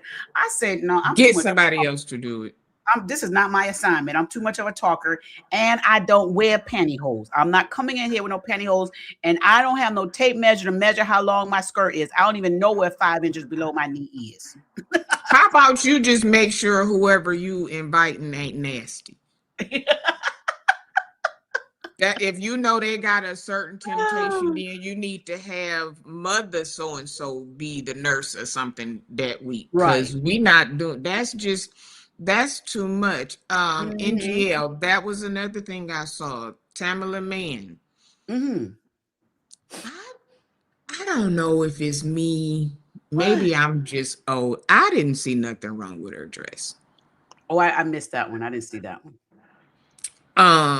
Let me see if I can find it. I didn't have a form-fitting dress because you know she's losing weight, looking cute. It was one of the. It was a long dress, but then it's Tamala Mann. No matter what Tamala Mann puts on, even when she was bigger and she had on just a skirt with a suit jacket, singing with Kurt Franklin and the Family. But you want her to put on a robe, and then here's the thing. I didn't see Tamala's. I have to check that out. She lost a lot of weight. Yes. It was a concert. It was not a Sunday morning service. I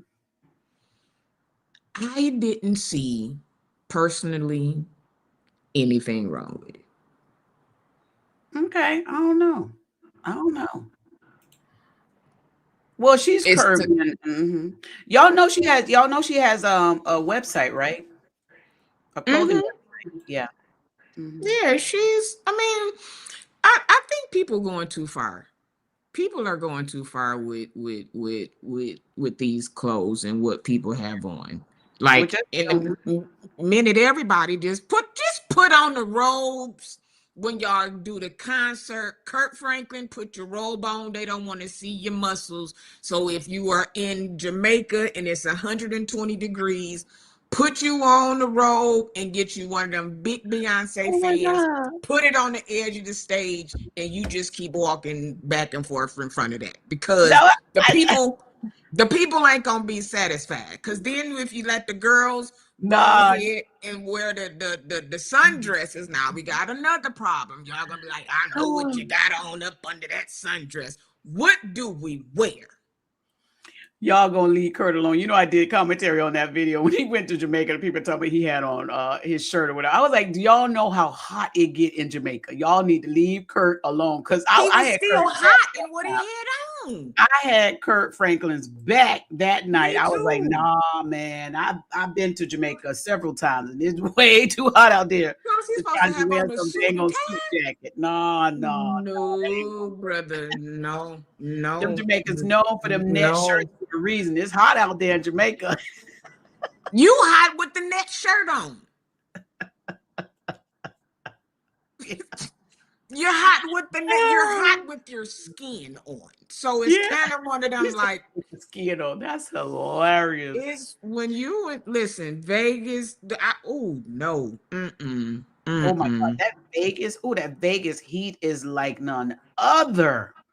We was in the pool at 9 o'clock in the morning, and it felt like a sauna. I kept saying, why? At 9 a.m., I'm sweating in the pool. This is so I can just we're gonna leave Kurt alone. Leave Kurt alone with his little heels on his boots. Listen, James Brown wore him and the women loved him. So why are y'all bothering Kurt? Prince wore him and the women loved him. Why are y'all bothering him? Y'all better get with Kurt in that workout routine, though. That's what y'all need to do if you want to check something with Kurt doing. I was on his Instagram, and his workout routine and the way he get up and make his smoothies and make his breakfast. Y'all come if you want to learn something so Kurt, you can show your body. Y'all better get on that workout routine like Kurt. You know what, Regina? I think that's what the problem is. What's that? I think a lot of these people are jealous because Kurt Kirk He fit. fit. Mm-hmm. He fits. Yeah, he fit. He fit. He fit. He works out, and he get that morning routine going. Oh yeah. Mm-hmm. Listen, we gonna go here real quick because this is still. Okay, what we doing? We still praying. We still. Oh, we still. We still praying.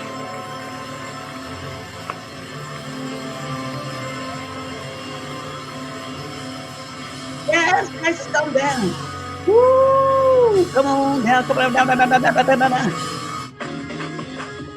Yes. Woo. We still got to, cause Lord Jesus, I can't. Listen. Come on now, because I can't afford an electric car right now. Gas prices got to come down. I listen, because I can't do that electric car right now. Unless y'all want to buy one for me. Mm-mm. Please, please. Mm-hmm. So we gonna go. I don't know which one of these is the worst. Let's see. Okay. We're gonna go here first. Yay! What up, Bishop? I ain't gonna say worse according to me. This is to the folks. This is the folks. I think. Okay, I'm ready to talk about this one. Come on, Sean. Go ahead. I think. Go ahead, girl. This is an awesome opportunity. I think he deserves this. Mm-hmm. I think that folks is jealous. I said it. I did. Because we had our good friend, we always, we ain't talked about him in a minute, but he had something to say today. So we gonna listen to. Okay, what he had to say about Bishop O.C. Allen? What he had to say? We about to listen to what this man said. We gonna let me know if y'all can hear it. Hold on. I'm sticking with the one. Yeah, we can hear it. Biblical Christianity. Oh no, is that Wooden? So they didn't just make a portrait of one homosexual. How about this? Ever thought you ever hear the term homosexual bishop? Homosexual bishop married to a man. We're making bishops and these titles mean nothing, because they are now attached to lifestyles that they have no business being attached to. And what makes it bad is that the bishops who are not like that are mute. So that's the problem. I don't blame the devil for advertising what he's doing. But I do, however, have a major problem with those of us who represent the Lord being silent.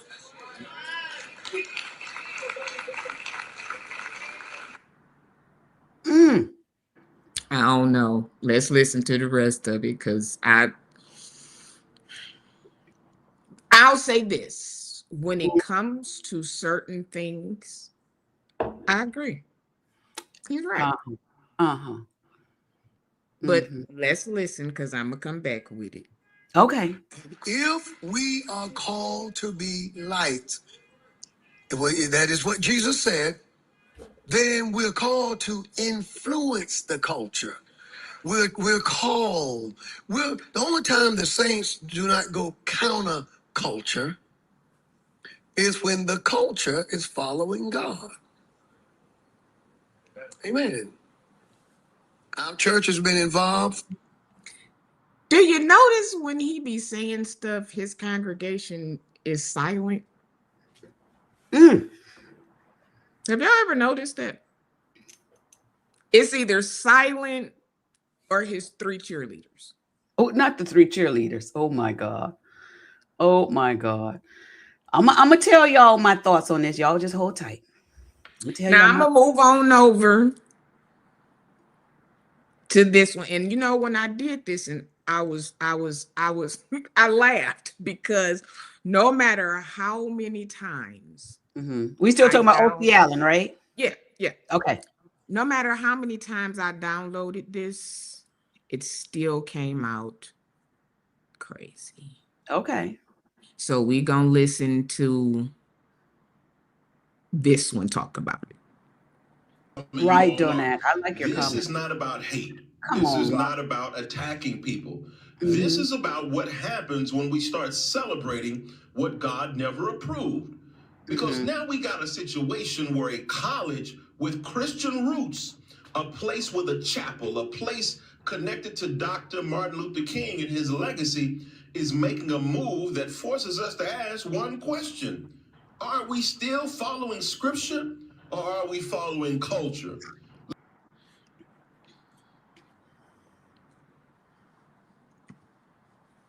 Okay, ready for me? I'm waiting for you. Okay.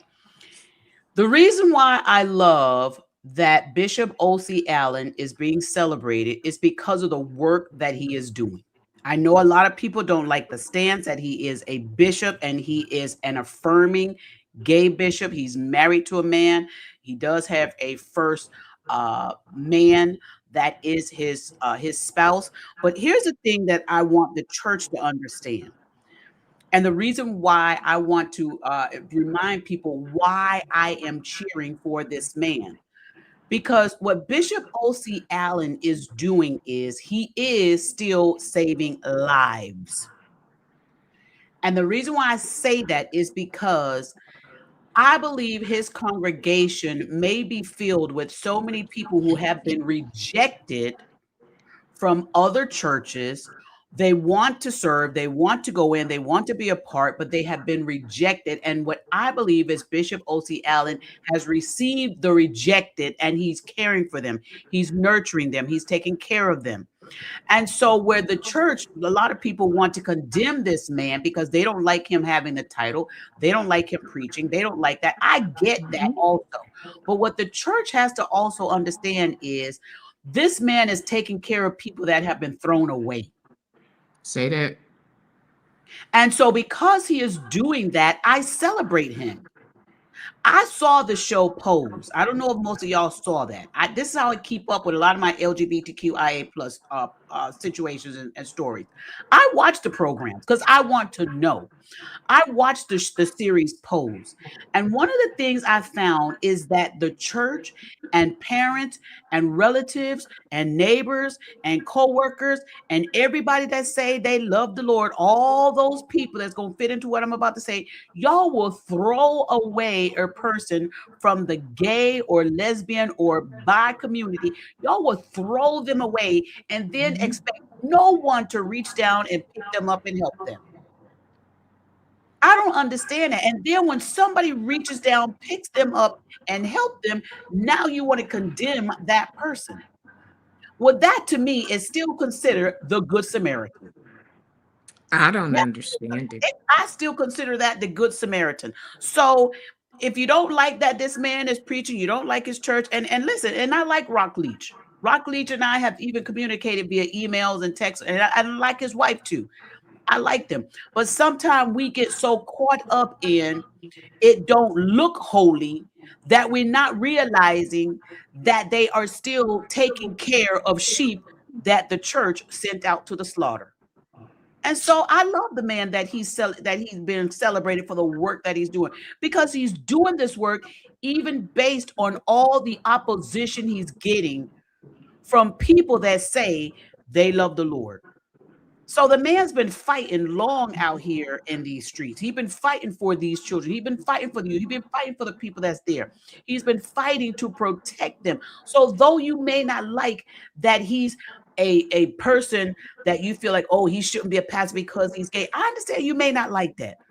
But we should not be so mad at this man for taking care of people that the church or others won't take care of. We should shake this man's hand and say thank you for taking care of the ones that other people rejected.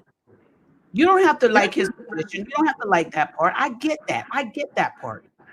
But don't condemn the man and tear the man down simply because you don't like his position. He is giving love and support to people that the church threw away. Yeah. And I say like this, don't get mad when somebody else picks up the garbage that you threw out. You thought it was garbage. They picked it up and polished up and made it new. I say that even with my husband. We say this story all the time. My husband was married before. His wife threw him out. She was done with him, threw him out. And I said, don't worry. I support my husband. I picked him up off that curb, brought my husband in, took care of him, supported him, made him brand new, and we good. So somebody else's trash may be somebody else's treasure. I agree. And this is my thing too. Who did Jesus turn away? Only one I think he told go and do what you need to do, go quickly was Judas. Let me see what Dion said. Regina, I love you, but I thought or heard you say people have titles but don't know or live what Bible requires. So that being said, O.C. Allen isn't a bishop. Eddie Long took care of many people. I seen a woman that was ex-LGBT preach at Bishop Wooden and exposed the lifestyle and what happened to her as a child and preached on deliverance. And again, listen, even if y'all want to strip this man of his bishop title, he's still going to go out here and take care of these kids. He's still going to go ahead and take care of these people. So what the church don't like is that he has the title of bishop. Fine. I can understand that. Y'all upset about that. I get that. But we should also not negate that he is being a good person to these that are hurt. Now, I won't go like Dion and relate him in the same thing with Bishop Eddie Long, because Bishop Eddie Long was grooming and allegedly doing these things to those young men. That was totally different. So I won't even put him in the same category per se. No, And I wouldn't put those in the same category. But I like that this Bishop O.C. Allen is showing support to those that feel like nobody else would ever do it. Go ahead, Sean. Hold on. Let me get to Dion. Hold on. Dion, I love you. I don't want to lose you, but I'm going to say this. No, everybody can talk. And no, I'm just playing. Here's the thing.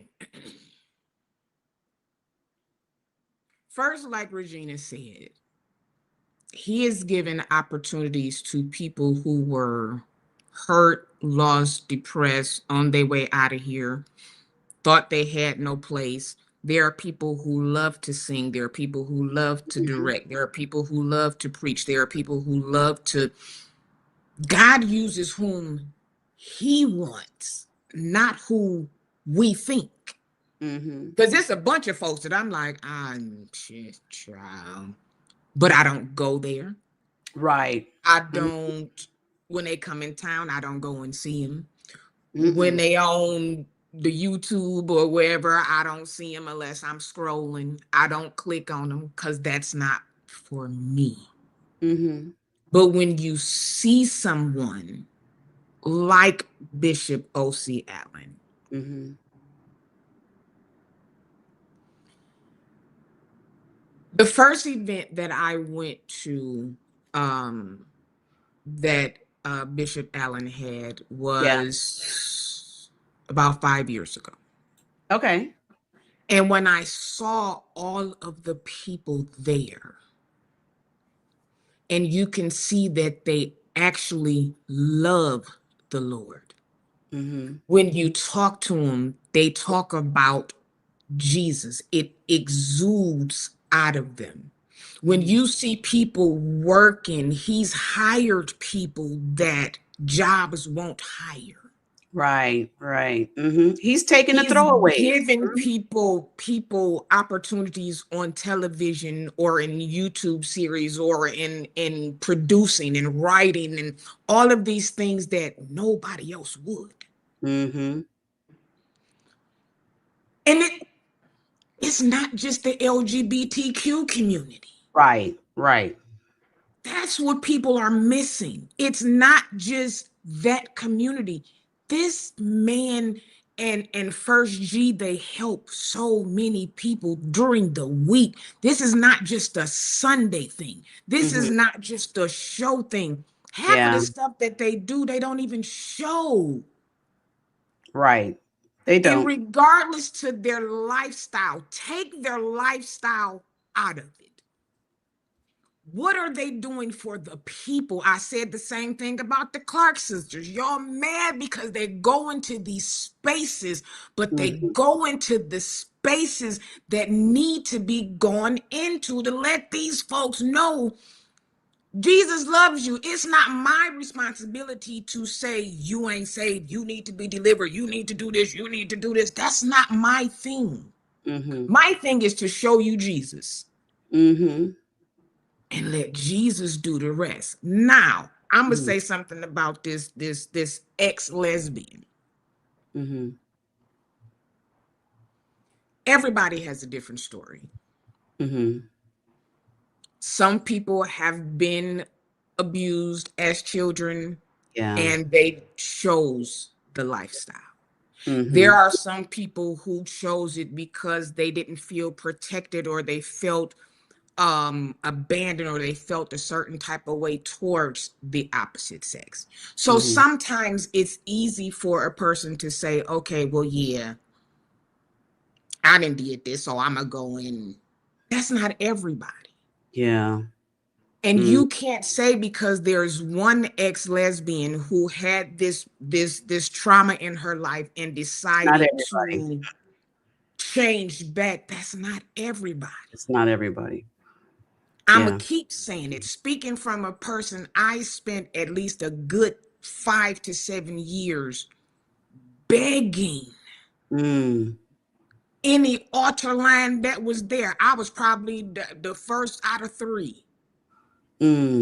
I did anything that you could possibly think of to get this off of me. But then I'm going to also be truthful and say, from the day that I can remember. Yeah. So you can't base everybody's testimony and make it everybody else's, because everybody don't have that testimony. No. And I don't like when people say, well, they was delivered, why you can't get delivered? Because they're not me. Yeah. They're not me. Yeah. So it's everybody has a journey. Everybody has a journey. Everybody has a journey. Let me tell you, and go ahead, Sean. No, I was going to say they ostracized Bishop Pearson for feeling the way that he felt. And I say this all the time. You speak before it happens to you. If it's never happened to you, you will never understand it. He had an epiphany after his grandmother passed away. He didn't just come up out the blue like, oh, I don't know. He had something happen to him, and I said it the other day. God forbid one of your grandchildren come to you and say, I'm attracted to the same sex. Well, Bishop Wooten is dealing with that. Because allegedly his son, and I think he spoke about it regarding his son. And again, I'm going to say, the LGBTQIA plus community. Who are you? Jesus didn't turn, but how do you stand in the pulpit and say that you are a man of God and you love everybody and you this and you that and you this and you that, but you don't even like your own child?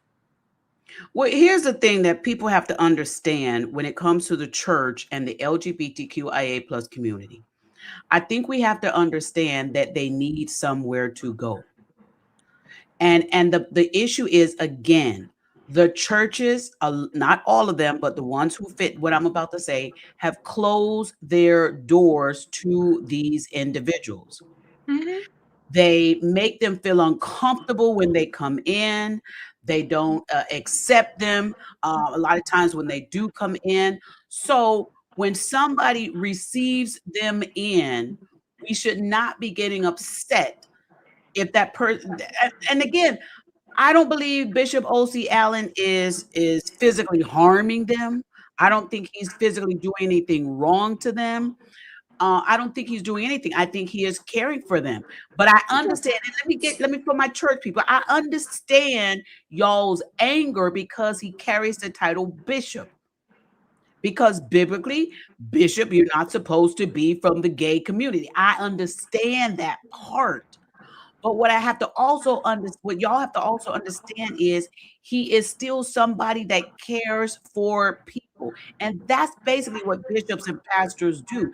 They care for people and they give them the sense of wanting to live. And Bishop O.C. Allen, in my opinion, is saving a lot of people's lives that y'all probably don't know about. This man has probably saved a lot of people from going to the grave.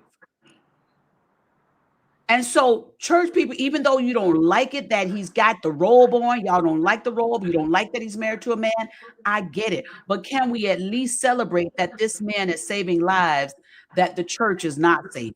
Can we at least get to that part? That's what I said. Work out the rest of the stuff later on. Can we at least thank this man and say, man, thank you. You saving these people's lives. Because these are people that would otherwise would not know Jesus. Is that not what we're supposed to do? Not only not that, Sean, not only that, I believe Bishop O.C. Allen and others like him, Yvette Flunder and all of them, I believe they are literally saving people from taking their own life. And you know how I know? I have done walks in the S prevention. I have done walks in the SUI prevention. I've done walks where people have said they got the t-shirts. They got their loved one's picture on the t-shirt. So I'm doing this walk for this person. I've spoken to the people as we did these marathons and I walked. Why are you here? My loved one passed away. They took their own life. Like, why'd they take their own life? You know what 90% of the people told me? Because the church would not accept them. And they felt as though they could not live their life. They could not get rid of this demon they said, the church said they had. So they took their own life because they got tired of fighting a battle that they felt they could not win. 90% of the people that I spoke to lost their loved ones, lost their children, lost their niece, lost their nephew, lost their sister, lost their brother, lost their loved one because they took their own life because of non-acceptance from the church. Absolutely. And that's why my passion is so deep, because I don't want another parent to lose their child or to lose a family member at the hands of their own self because they feel like I don't fit into your church. And that's what a lot of them do. So my passion is always, if y'all throw them away, stop getting mad because somebody else picked them up and is taking very good care of them. Don't do that. I have done interviews of a couple who's a same-sex couple. They came on my show. I did an interview with them. This young man told me that his mother, when he told his mother that he was gay, she threw the Bible at him, hit him in the face, and bust his lip and told him to get out her house. He didn't have nowhere to go. So when he went out there and found people to take care of him, she got mad because he found another gay person to take care of him. She got mad. And I'm like, why? You threw him out. You threw him out after you hit him in the face with the Bible. So why y'all get mad? And the thing that gets me is, who gives you the right to do that? If Jesus didn't do that, what gives you the right? And not only that, it is your seed. It is your seed. And let them figure it out. Let them figure it out. Be it Eddie Long, TD Jakes, Jamal, whoever. They are saving souls.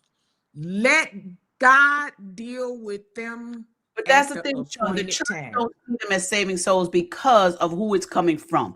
They don't see that Bishop O.C. Allen can save souls because of who it's coming from. They feel like, oh, they need to get out that lifestyle. But like you said, Sean, it is not something that people do overnight. It is not. So again, I can see both sides. I can see the church perspective. I can see the LGBTQI perception as well. I can see their perspective. But what I want the church to try and understand is stop bashing so much and sit down and have a conversation. I would love for Bishop Wooten or others, even if he don't want to take the bishop, go sit down and have a conversation with Bishop O.C. Allen. Go sit down and talk to them about it. You know, and y'all have a conversation. Danette said, I hear and understand the compassion being given, but at what level do you excuse behavior? If a pedo and MS child, would you point to good deeds as well? No, because again, No. comparing apples to bananas. It's not even the same thing. And see, this is what y'all do that I don't like. Y'all try and put the LGBTQ community in the worst case scenario with other stuff. Bishop O.C. Allen fits none of these things that you said, Danette. And no, Mm, no, I'm not being disrespectful to you at all. mm. But here's what the church culture teaches people to do to fit the LGBTQIA plus community in every worst case scenario. And he doesn't fit this. He doesn't fit that. That's not what he fits, you guys. And He's this not is out one of the there. things. He's got a I'm husband. sorry. He's out here doing that. And I understand, Danette. I understand. And I'm not mad I, at you, sweetheart. It's just a passion talking. I understand when they're saying that. But what I need for people to stop doing is making the LGBTQIA plus community pedos. Right. It's not fair. And we don't do that. That's not everybody's story. Right. It's And just and like another thing that they have to understand is the LGBTQIA people don't just walk around having sex all day. no, no, they don't. They don't. That's not y'all think we just wake up and just that's and then go to sleep and then wake up and then go to work. Like that's not what it's about. But people keep going to the bedroom. Right. I And it's know not fair at people all. who are a part of the LGBTQIA plus community and ain't had relations in 20 plus years. Right. Right. But that is still who they are. That people that's where the Sodom and Gomorrah thing come in. That's not the same thing. And Stop that's doing not even that. the whole thing. That's when you really study Sodom and Gomorrah, the story of the whole Sodom and Gomorrah, it does not even relate to the fullness of what people say that it relates to. You have to really study that parable. It's not what they say. But I want people to understand this. And and all of y'all that's watching, I love y'all, and I really do. And even though we disagree, we always say this on my channel, even though we disagree, we can do it lovingly. And so even though we may not come to an agreement on this particular topic, I want you to know I still love y'all. I still love y'all. My thing when I look at this is, as a church and as people who are believers in Christ, we have to first think about individuals. And I know people say we still need to correct, we need to do this, we need to do that. But you also have to understand that you have to know and be led by God on how to correct, on how to help somebody to be different, on how to help somebody to change. Because if you don't go into this topic and conversation with wisdom, you could cause somebody to take their own life. So just be cautious out Absolutely. there. Just be really Absolutely. cautious, because this is more than saying, hey, you going to hell. This is literally about saving not only a soul, but saving a life when we have these conversations. That's all. Yeah, I'm gonna address these two and then we're gonna move off of this Okay. one. Beyond, there is no agenda being pushed. I think what Bishop Allen is doing is letting these people know, because he's been through it. And as a child, all you want somebody to do is to love you. If you're training them in the way that they should go, and that's not where it should be, then they'll change. Another thing, I want people to stop acting like this just happened in the last 10 years. No. It's been There a is while. no agenda being pushed. What I'm pushing is for another child not to have to suffer through depression and contemplating unaliving themselves as I did. See? I too was in a house Yeah. because I knew what my family did not accept. So I went and I had to find people. Luckily, it wasn't, because everybody don't find that. And they end up really on the streets and things happening and they end up scratching to survive. So when you say things like that, I get what y'all say about the Bible, but my thing is this: if God was as mad as you all say that he is, because he's all powerful, all knowing, all everything, he could have took it. Yeah. As much as I begged for it to be taken away, Wow. it could have been taken. I could have woke up like, or in that moment, it could have, anything could have happened. But people are so trying to, I don't want to say be God, but be God's spokesperson. All he told us to do was love and to point folks to him. He'll take care of the rest. Yeah. He'll take care of the rest. And again, if you don't know certain things, ask. Yeah. And I'd say Because this, you can't tell me that I don't love God. You can't tell me that God don't love me. You just can't. Right. Right.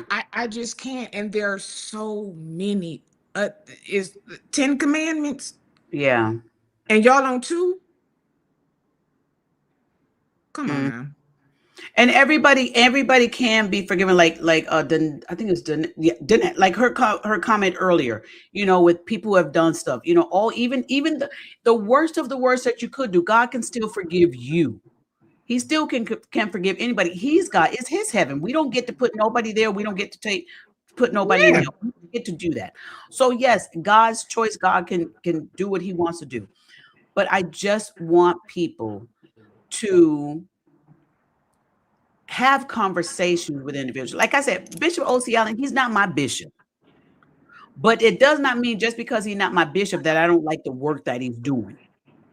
It doesn't mean I don't like the work that he's doing. He's not my bishop. I don't watch him on Sunday mornings, but I do see the work that he is doing. And I like that he is saving some lives. And I've seen some of the people in the comments. I've seen some of the stories. Listen. And I think Sean, I think people really need to have more conversations with individuals who have stories to tell that are deeper than what the public is seeing. I think that's what people need to start paying attention to. And see, Danette, this is the thing. I can't. And we love you, Danette. We love you, girl. That's my girl. But I'm just saying, I can't give the same grace to a pedo that I do a homosexual. Those are not the same thing. If they have completely reverted, I may still watch with a little caution, but I will watch it, but great. They not here. They're not the same. So when people do that, that's when we get offended, because you put us into a category with a criminal. Being a homosexual is not criminal. Right. And this man not out here sleeping with a whole bunch of people. He's married. And been for a very, very long time. He's committed. And he's a father. Now, Jamal has some cases where, I'm just saying. I'm just saying. Take away the sexuality and look at the good. Look at the heart. Don't look at his outer man. But see, folks ain't God, so they're not going to look at the inner. They're going to look at the outer. And I want to say this, Dion, I see your comment about Eddie Long. You want to keep bringing Eddie Long up? I went to Eddie Long's funeral. Okay. I went to Eddie Long's funeral. Let me tell you why I went to Eddie Long's funeral. Eddie Long was not my pastor. He was not my bishop. None of that. But the reason why I went to Eddie Long's funeral is because Eddie Long, too, did a lot of good in the community. And I wanted to go there to his funeral, want to just, being present and, show my respect in that manner. Did I like some of the things that were alleged that he had done? No, I didn't. And I wish he would have never been alleged to have done any of those things.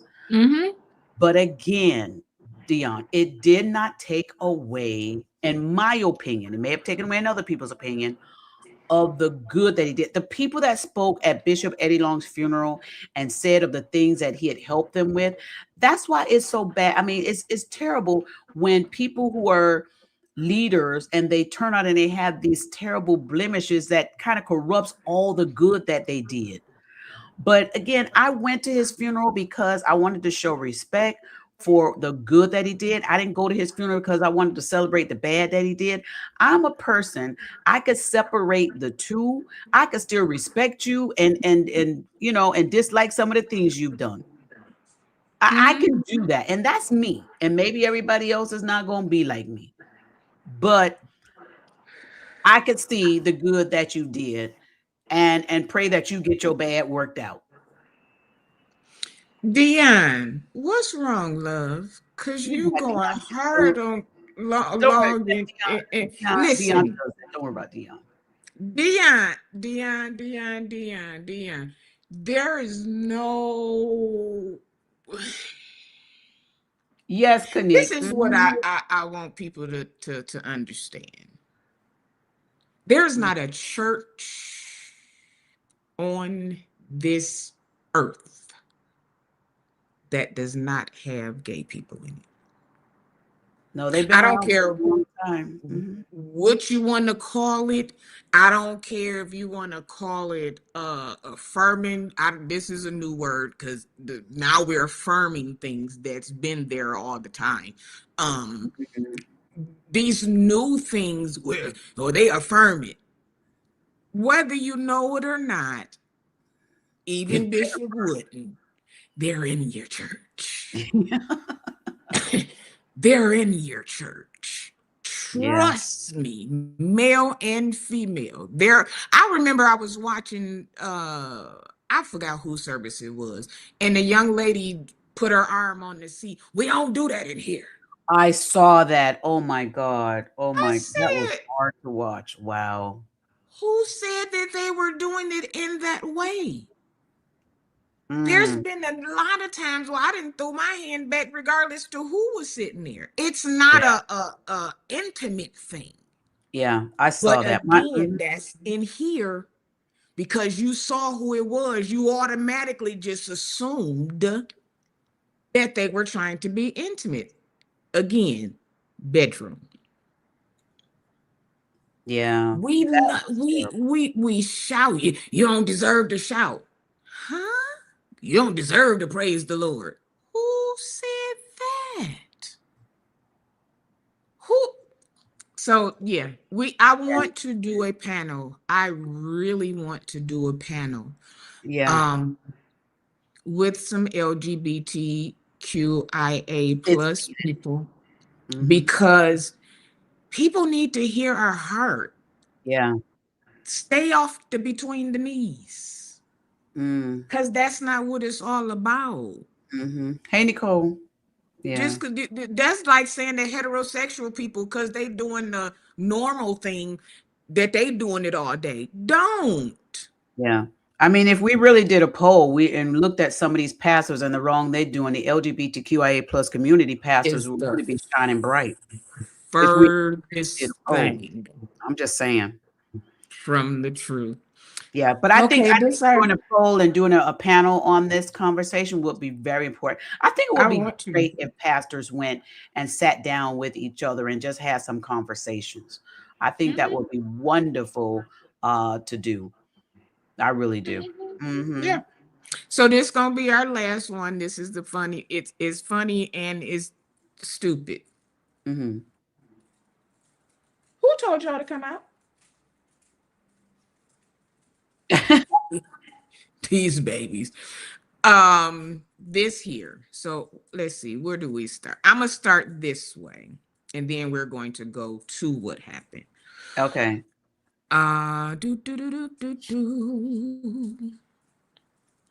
Here we go. Our boy is back. Oh no. Oh my. No thanks.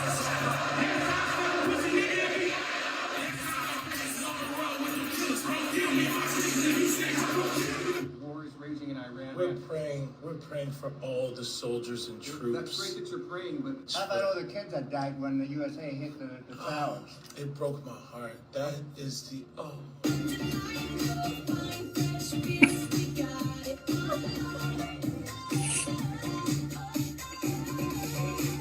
In what ways have you grown closer to Jesus? I serve a righteous God. It's the pauses in the face, the close-ups that keep taking me out. Like, That's why I say I pray. And we are all his children. But when I say children, I mean like the holy, blessed Trinity, which is why I hold the Bible.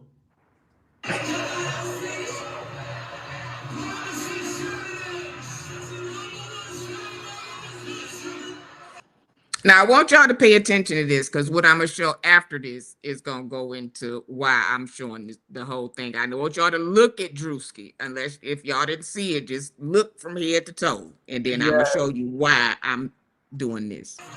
Oh, Drewski.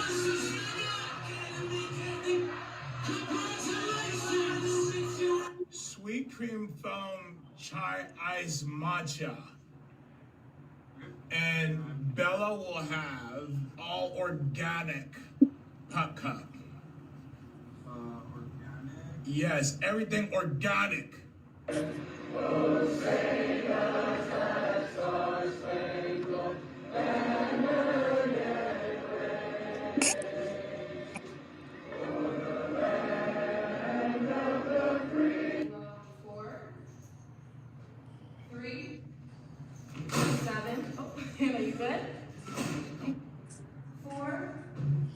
Drewski is a mess.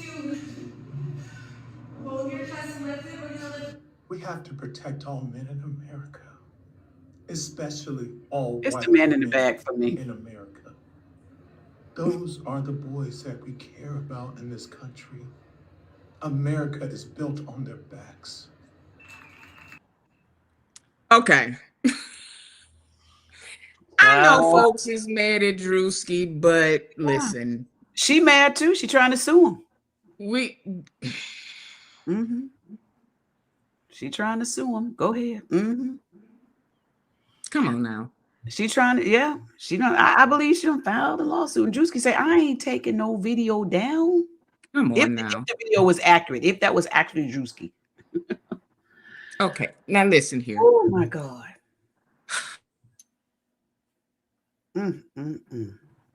So we're gonna go on over here to cheerleader number 1 and listen to the foolishness that he said. You know, they really try to get you to be a part of their shenanigans, but here's cheerleader number 1. Oh no, cheerleader number 1. Okay, who we got? As if we need to see another black man doing a humiliation ritual in a dress. This man is too comfortable with looking like a woman. Oma Choo Choo. This is the son-in-law. For those of you that don't know, this is the son-in-law of Bishop Patrick Wooten. Go ahead. Oh my goodness. First things first. How many skits has Drewski really done as a woman? Oh God, so many. Okay. Did he have on a dress here? I didn't see the dress. That's what I was just saying. What dress? Which dress? I didn't remember. I didn't see a dress.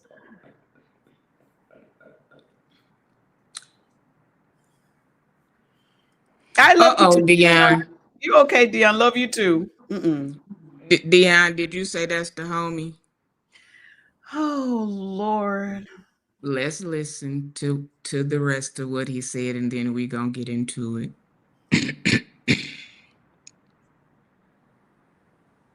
Hold on, did I move it back? Let's go. Ritual in a dress. This man is too comfortable with looking like a woman. See, oh come on. Is diabolical. It's right, evil, Nicole. And it's demonic. Oh you Lord. See, I guess it's now acceptable Listen. for black people to put on whiteface? Which means that in turn, it's acceptable for white people to put on blackface? Y'all just They've been doing it. They've been doing it.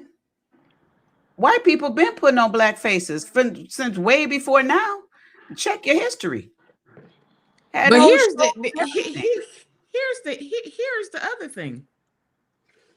I'm a kachuka boo boo. I keep saying, just like you bought Kwame Kilpatrick on there tomorrow, he denouncing the Kappas and they put him out 13 years ago. Before you be loud and wrong, let me let you in on something, because I know y'all be watching. Drewski is mixed. Yes, he is. Yeah. His grandfather's white. So, this is not a black man per se, as you're saying it, that's caught up into this thing. Let's get your stuff right before you just start talking. Right. Let's listen to the rest of this. Oh, this where we're headed. What happened? It has become acceptable for comedians to mock widows who lose their husband to a tragic assassination. This has become accepted in America. And partly because people like, Candace Owens has done a nefarious job towards tearing down Erica Kirk, Turning Point USA, and making sport out of what took place, all in the name of trying to find truth and defend the legacy of Charlie Kirk. Here's the thing about it.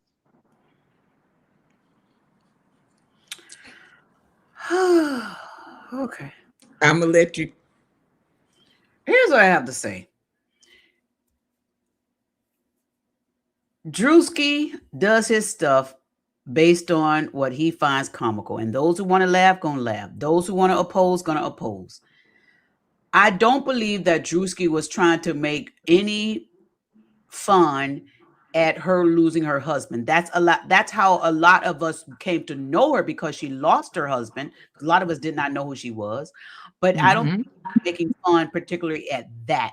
What he was doing was he was doing a parody based on some of the things that she did.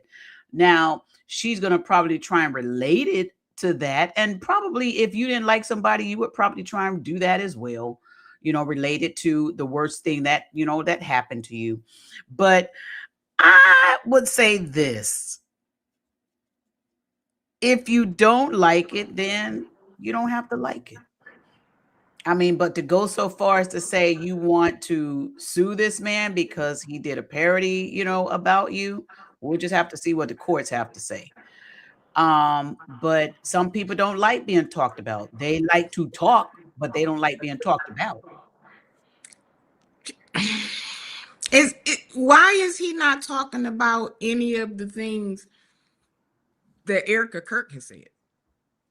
Because why you not in the outrage about that? To me, it sounds like Amachuchu has picked a side. That's what it sounds like to me. That he has, and we're okay with that. Let him pick a side. Girl, just bypass Dion's comments. Bypass Dion's comments.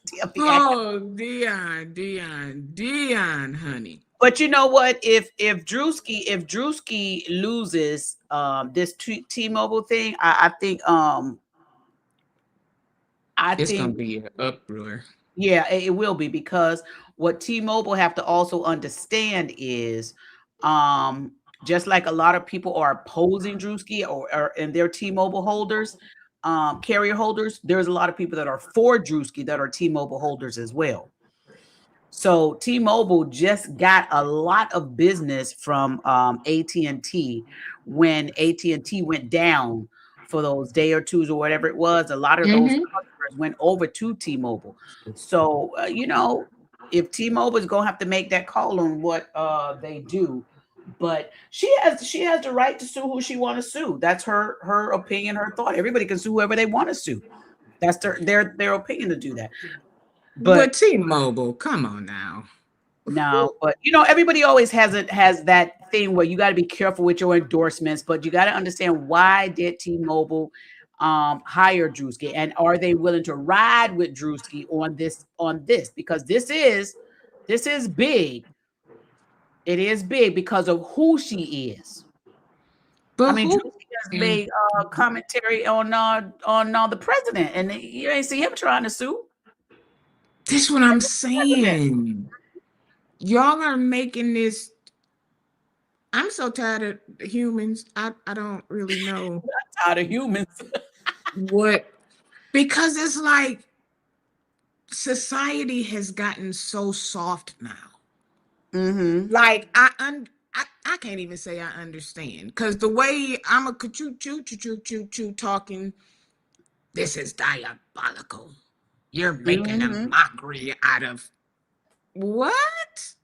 You didn't say anything when they didn't let Jesse Jackson lay a state. My singing. Uh-huh. Where was your uproar about that? As much as Jesse Jackson did for us, you were not in the uproar about him not being able to lay in state. You are actually proud. What are we doing? Listen, like Nicole says, but it's okay when Terrence Williams make a whole skit disrespecting Black women. I don't see. I saw no lives about that. I don't see any lives about that. Danette says Drewski is a comedian. The church has been mocked and made fun of ever since there was a church. So I'm not understanding that either. Name a comedian that has not made a. First of all, I don't want to say this, but it's true. Church is sometimes funny. The things that happen in church are hilarious. They are hilarious. Just like when he did the whole skit about the red bottoms and flying out the air and all of that. These are things that actually go on in church. Not saying that, listen, that's how they look to some people. That's why it went viral. That's why people are talking about it. He does skits. This is what he does. Did y'all really take this to hit dogs holler? We always got to remember that. Hit dogs holler. Are you hollering machuka choo choo choo choo? Not machuka choo. I can't with you. Are you really, because come on now. Are we really going to take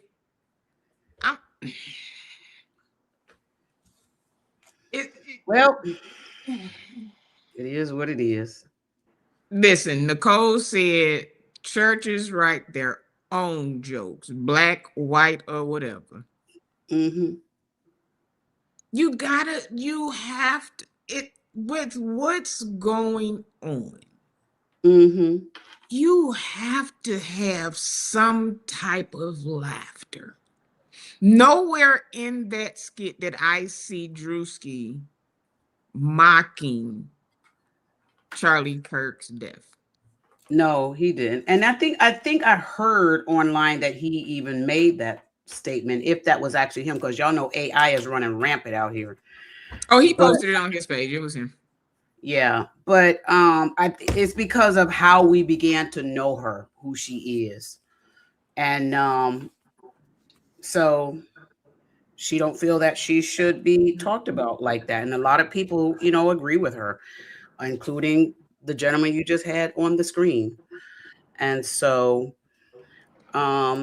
Drewski made his point of why he feels as though his video is going to stay up. And last I checked, it was still up.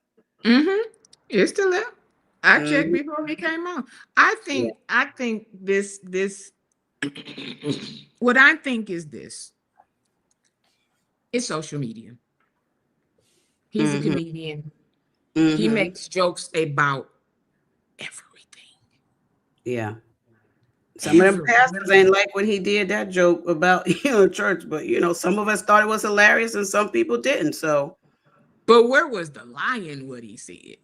no, that's the thing. It wasn't. And I think he made the statement also, the things that he did, he just made a parody about what she had done. Yeah, So I don't, but you know what's even more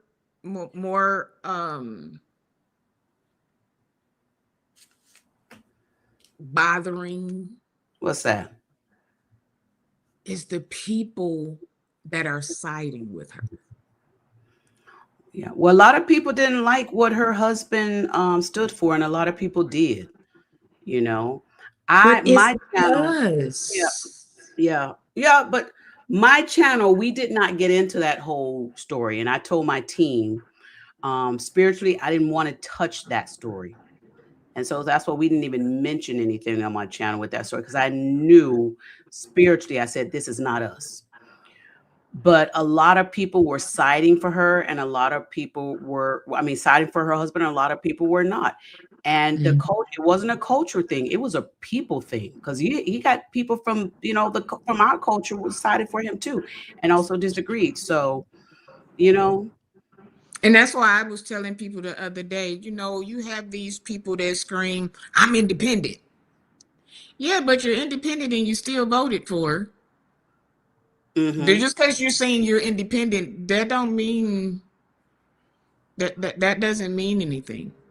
yeah. That's one of those ways to when people, I'm not gonna say all, but when some people say I'm independent, I already know what that means. Yeah, because actually my husband and I are independent, but when we have to vote in the presidential election, you have to vote Democrat or Republican. So you have to vote for one of those. And so you have to pick the side that you want. We've always voted Democratic when it came down to that, but our voting is independent. And the reason why I chose to go independent is because there was so much argumentative stuff that was going on with the two, the Democrats and the Republicans. I didn't want to be a part of it anymore. So Yeah. the only other choice was independent, even though we're always the Mm-hmm. smallest out of all of the thing. And then people say, well, you just taken away from votes. Well, it's my vote and I do with it what I want. And if I'm gonna cast it, I'm gonna cast it. At least I'm out here casting.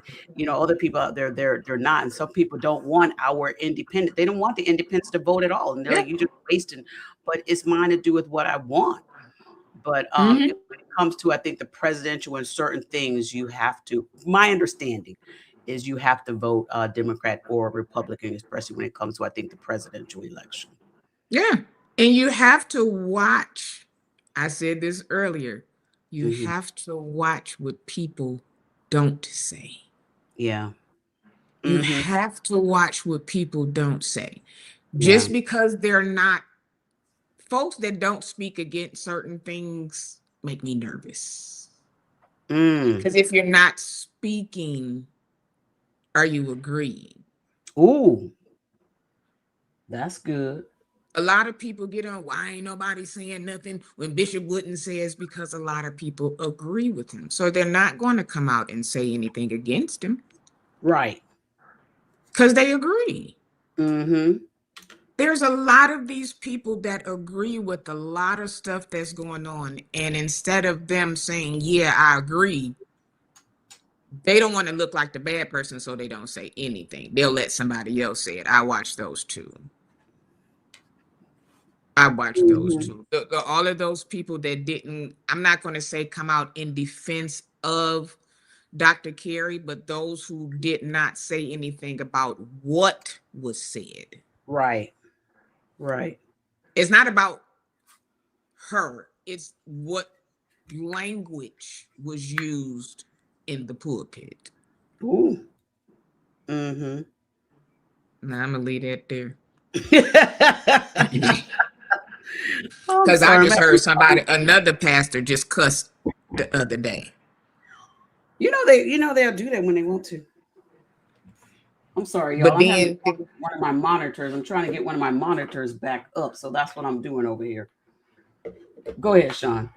no, I was just saying that's that's one of the things that you really, really have to watch. It's not that we want you to agree with per se what she had on, but where was the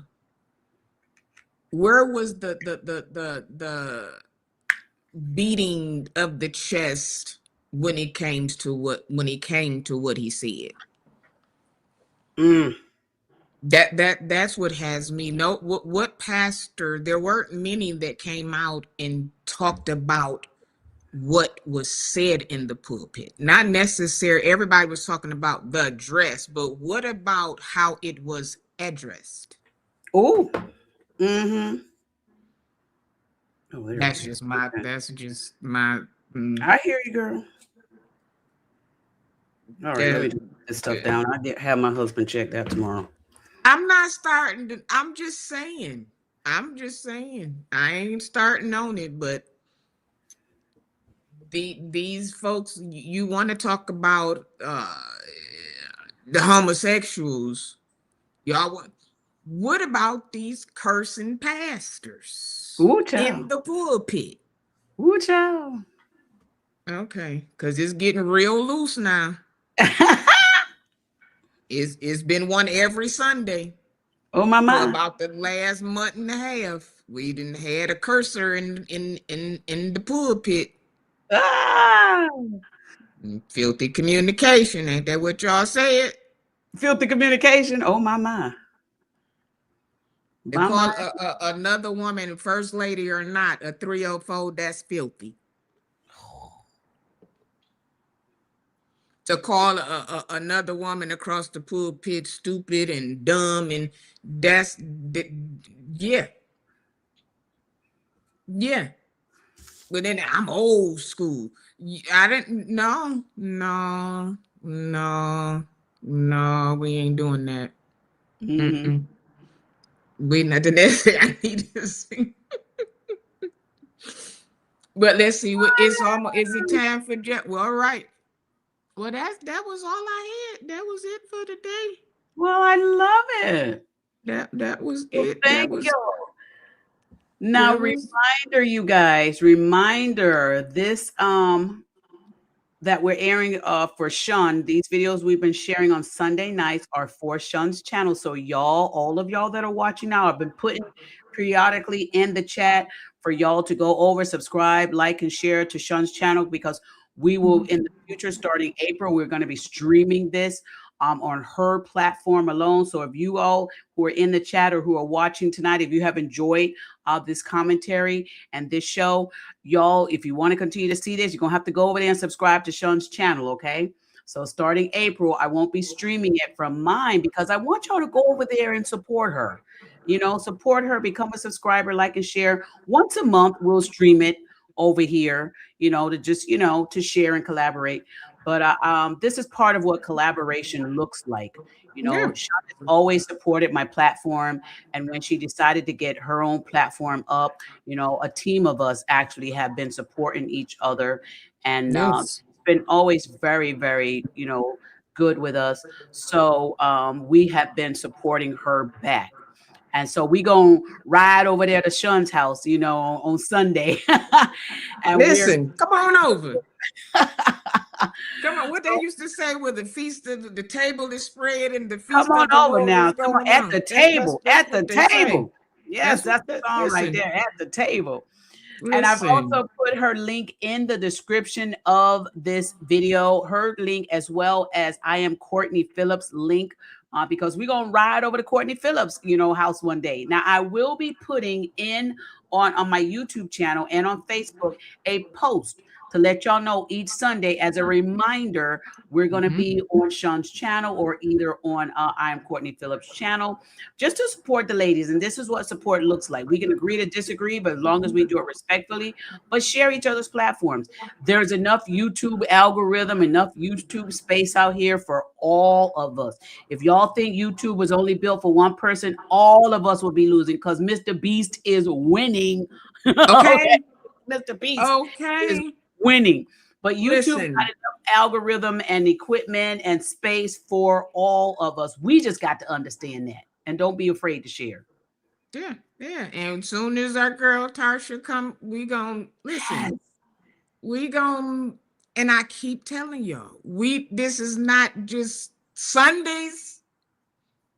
It's set, but we got 6 other days. Yeah. And we want to bring other people up. You just got to be respectful. We can agree to disagree. We are grown people. Right. And we know how to agree to disagree. Ain't nobody calling nobody no names. Ain't nobody mad about what nobody said. Because we all have opinions and they're all different. Yeah. Thank you, Kanique. Yeah. And that's what we do. And that is something that we have to start educating our women on social media about as well. Social media is not meant, I don't think it was ever meant to be a place where you tear somebody down. Social media was meant so that you could talk to somebody who's not in the same city with you, not in the same house with you. You can, overseas or something. It was meant to connect us, not to disconnect us. So we got to put social media back to what it was meant for, and that is to connect people together.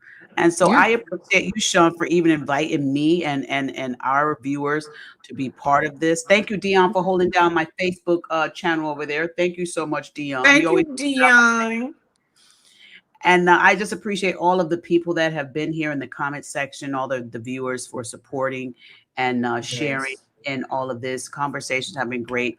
Thank you so very much. Shout out to my husband. I know he's watching. Shout out to him. Hey, Gabby.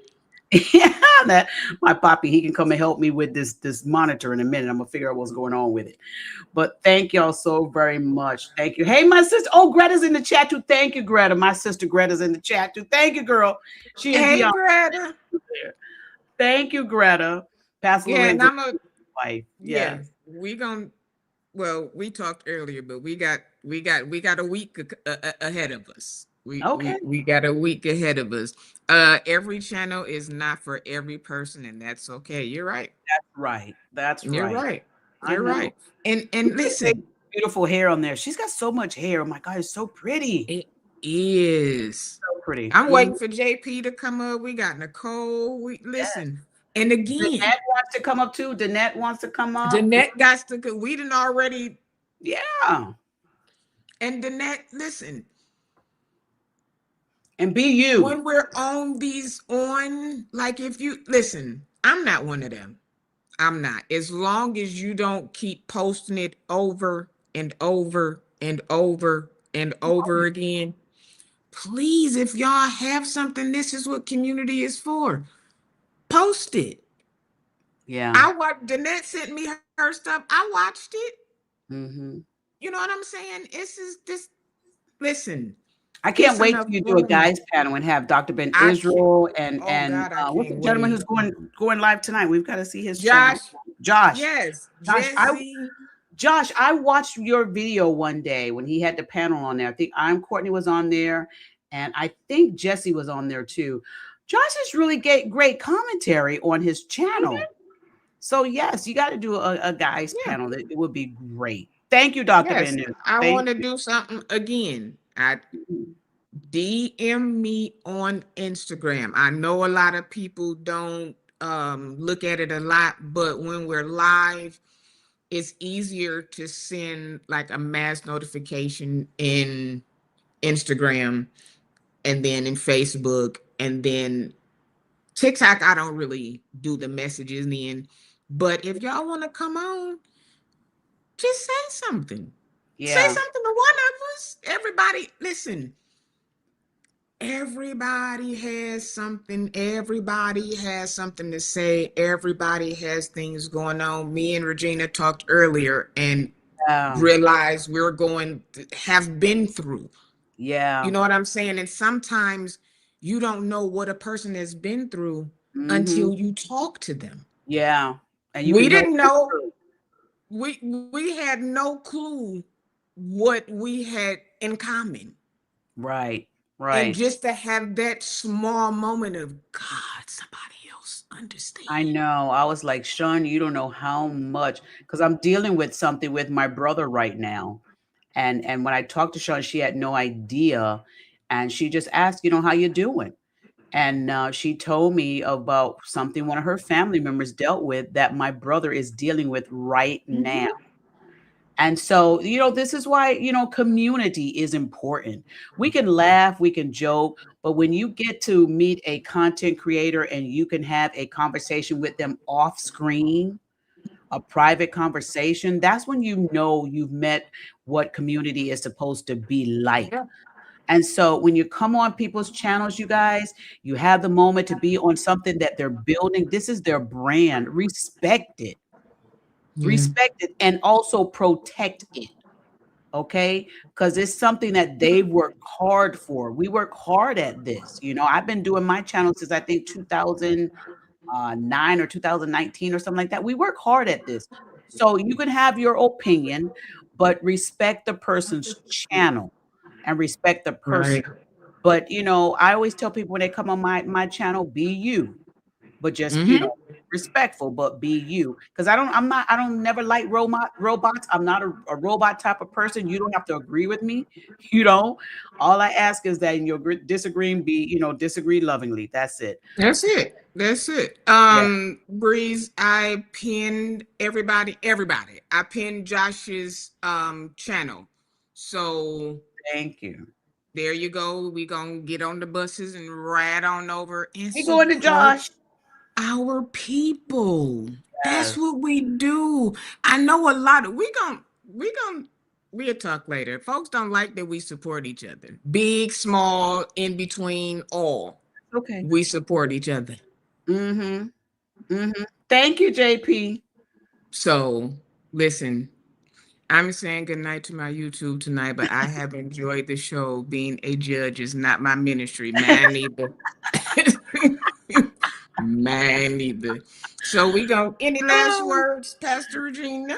No, this has been a great show, and I'm glad that you're doing this and having these conversations. And I love that everybody was in the comment section. Now, you guys, when you're in the comment section, if you disagree with somebody, do it respectfully. You never know.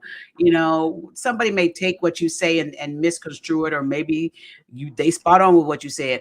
But we still got to understand, even though you may have never meet these people in person, just respect each other and learn how to disagree lovingly. I always say that it's always best to disagree lovingly because you never know what a person is going through, and just be respectful as you can. And an argument does not have to be a comment. We don't have to do that. But I love how all of y'all were getting along in the chat. Even when you were disagreeing, I saw you guys were still respecting each other. And that's what the content and the comment section is supposed to look like. Thank you, Holy Spirit. The comments is supposed to look like the content creator. Exactly. Y'all make Exactly. us good. I loved it. Thank Well, you. we thank you for coming. As Thank you, always, Janetta. we love when you're here. Yeah. We love when you're here.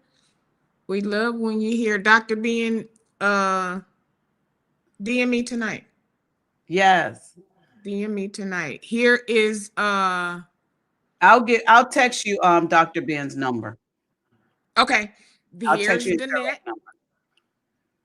Listen, go follow. Yeah, Go let me follow go on your and subscribe to the downtime. next channel. Yeah, go when you on your downtime. That's what I do. I put everybody in my watch later list, and I just let it play. And as soon as it come on, I hit the like button. DANET. Is it TTE? Yep, DANETTECHAVIS. IS. Okay. Oh, it must be coming up something else. I'm not seeing her channel. DANETTACHAVES. Okay. DAN. Okay. You know what? I'll get it from over here. I got it from Yeah, my we site. can get from the. Yeah, see, that's why we gotta. Once we join, can end because people are saying, "Who said that? I can't see the comment. I can't see the." So we'd be able to banter and everybody be on the same. Everybody would be on the same page. There we go. Well, thank you Yep. so much again, Sean, and all of you. Thank you. I appreciate all of y'all. And, can't wait to do this again next week from your channel. Oh, next week, you guys, we almost forgot. Can't wait to do this again. Saturday, not Sunday. Sunday is Easter. So next week, it'll be on Saturday. Oh, okay. That's right. It's going to be on that Remember, we Saturday. don't want to, next Saturday will be her edition, not Sunday. We're going to let y'all be with y'all families and by yourself. However you want to Easter egg hunt, whatever you want to do, y'all will be free to do it. So that's next Sunday. I mean, next Saturday. But we going to post it. Don't worry. We going to keep y'all in the know. So just turn on your notifications. We'll do that. Is her channel 509? Does it have a 509 on the end? Danetta Chavez 509. Nicole posted it. If you click on Nicole's, I did on try my to click channel, on it, but it didn't come up. it highlighted it, so it should come up. Okay. All right, great. All right, thanks. I got it. Yeah, it's the copy and paste one. All right. Thank you so Nicole. much. All right. That's my moderator. All right, go on and get on that bus and get them people ready to get on over to Josh's. Let's go over to Josh. Love y'all. Bye, girl. Have a good one. All right. All right, y'all. That's us. That's Sunday. Thank y'all for coming. Thank y'all for sticking and staying. Listen, again, before we get out of here, ways to support. All of these are ways to support. All of these right here are ways to support. It's not always monetary, but if you want to go the monetary way, I'll make it easy for you. There you go. Put your phone up to your TV, your computer, whatever it is. There you go. Ways to support the channel. Thank you for coming in. J. Rochelle, Catherine Powell, Kanique, Nicole, Danette, Jesse, Josh, Dr. Ben, JP, Breezy, Stephanie. All of you guys for coming in. You are bush watchers.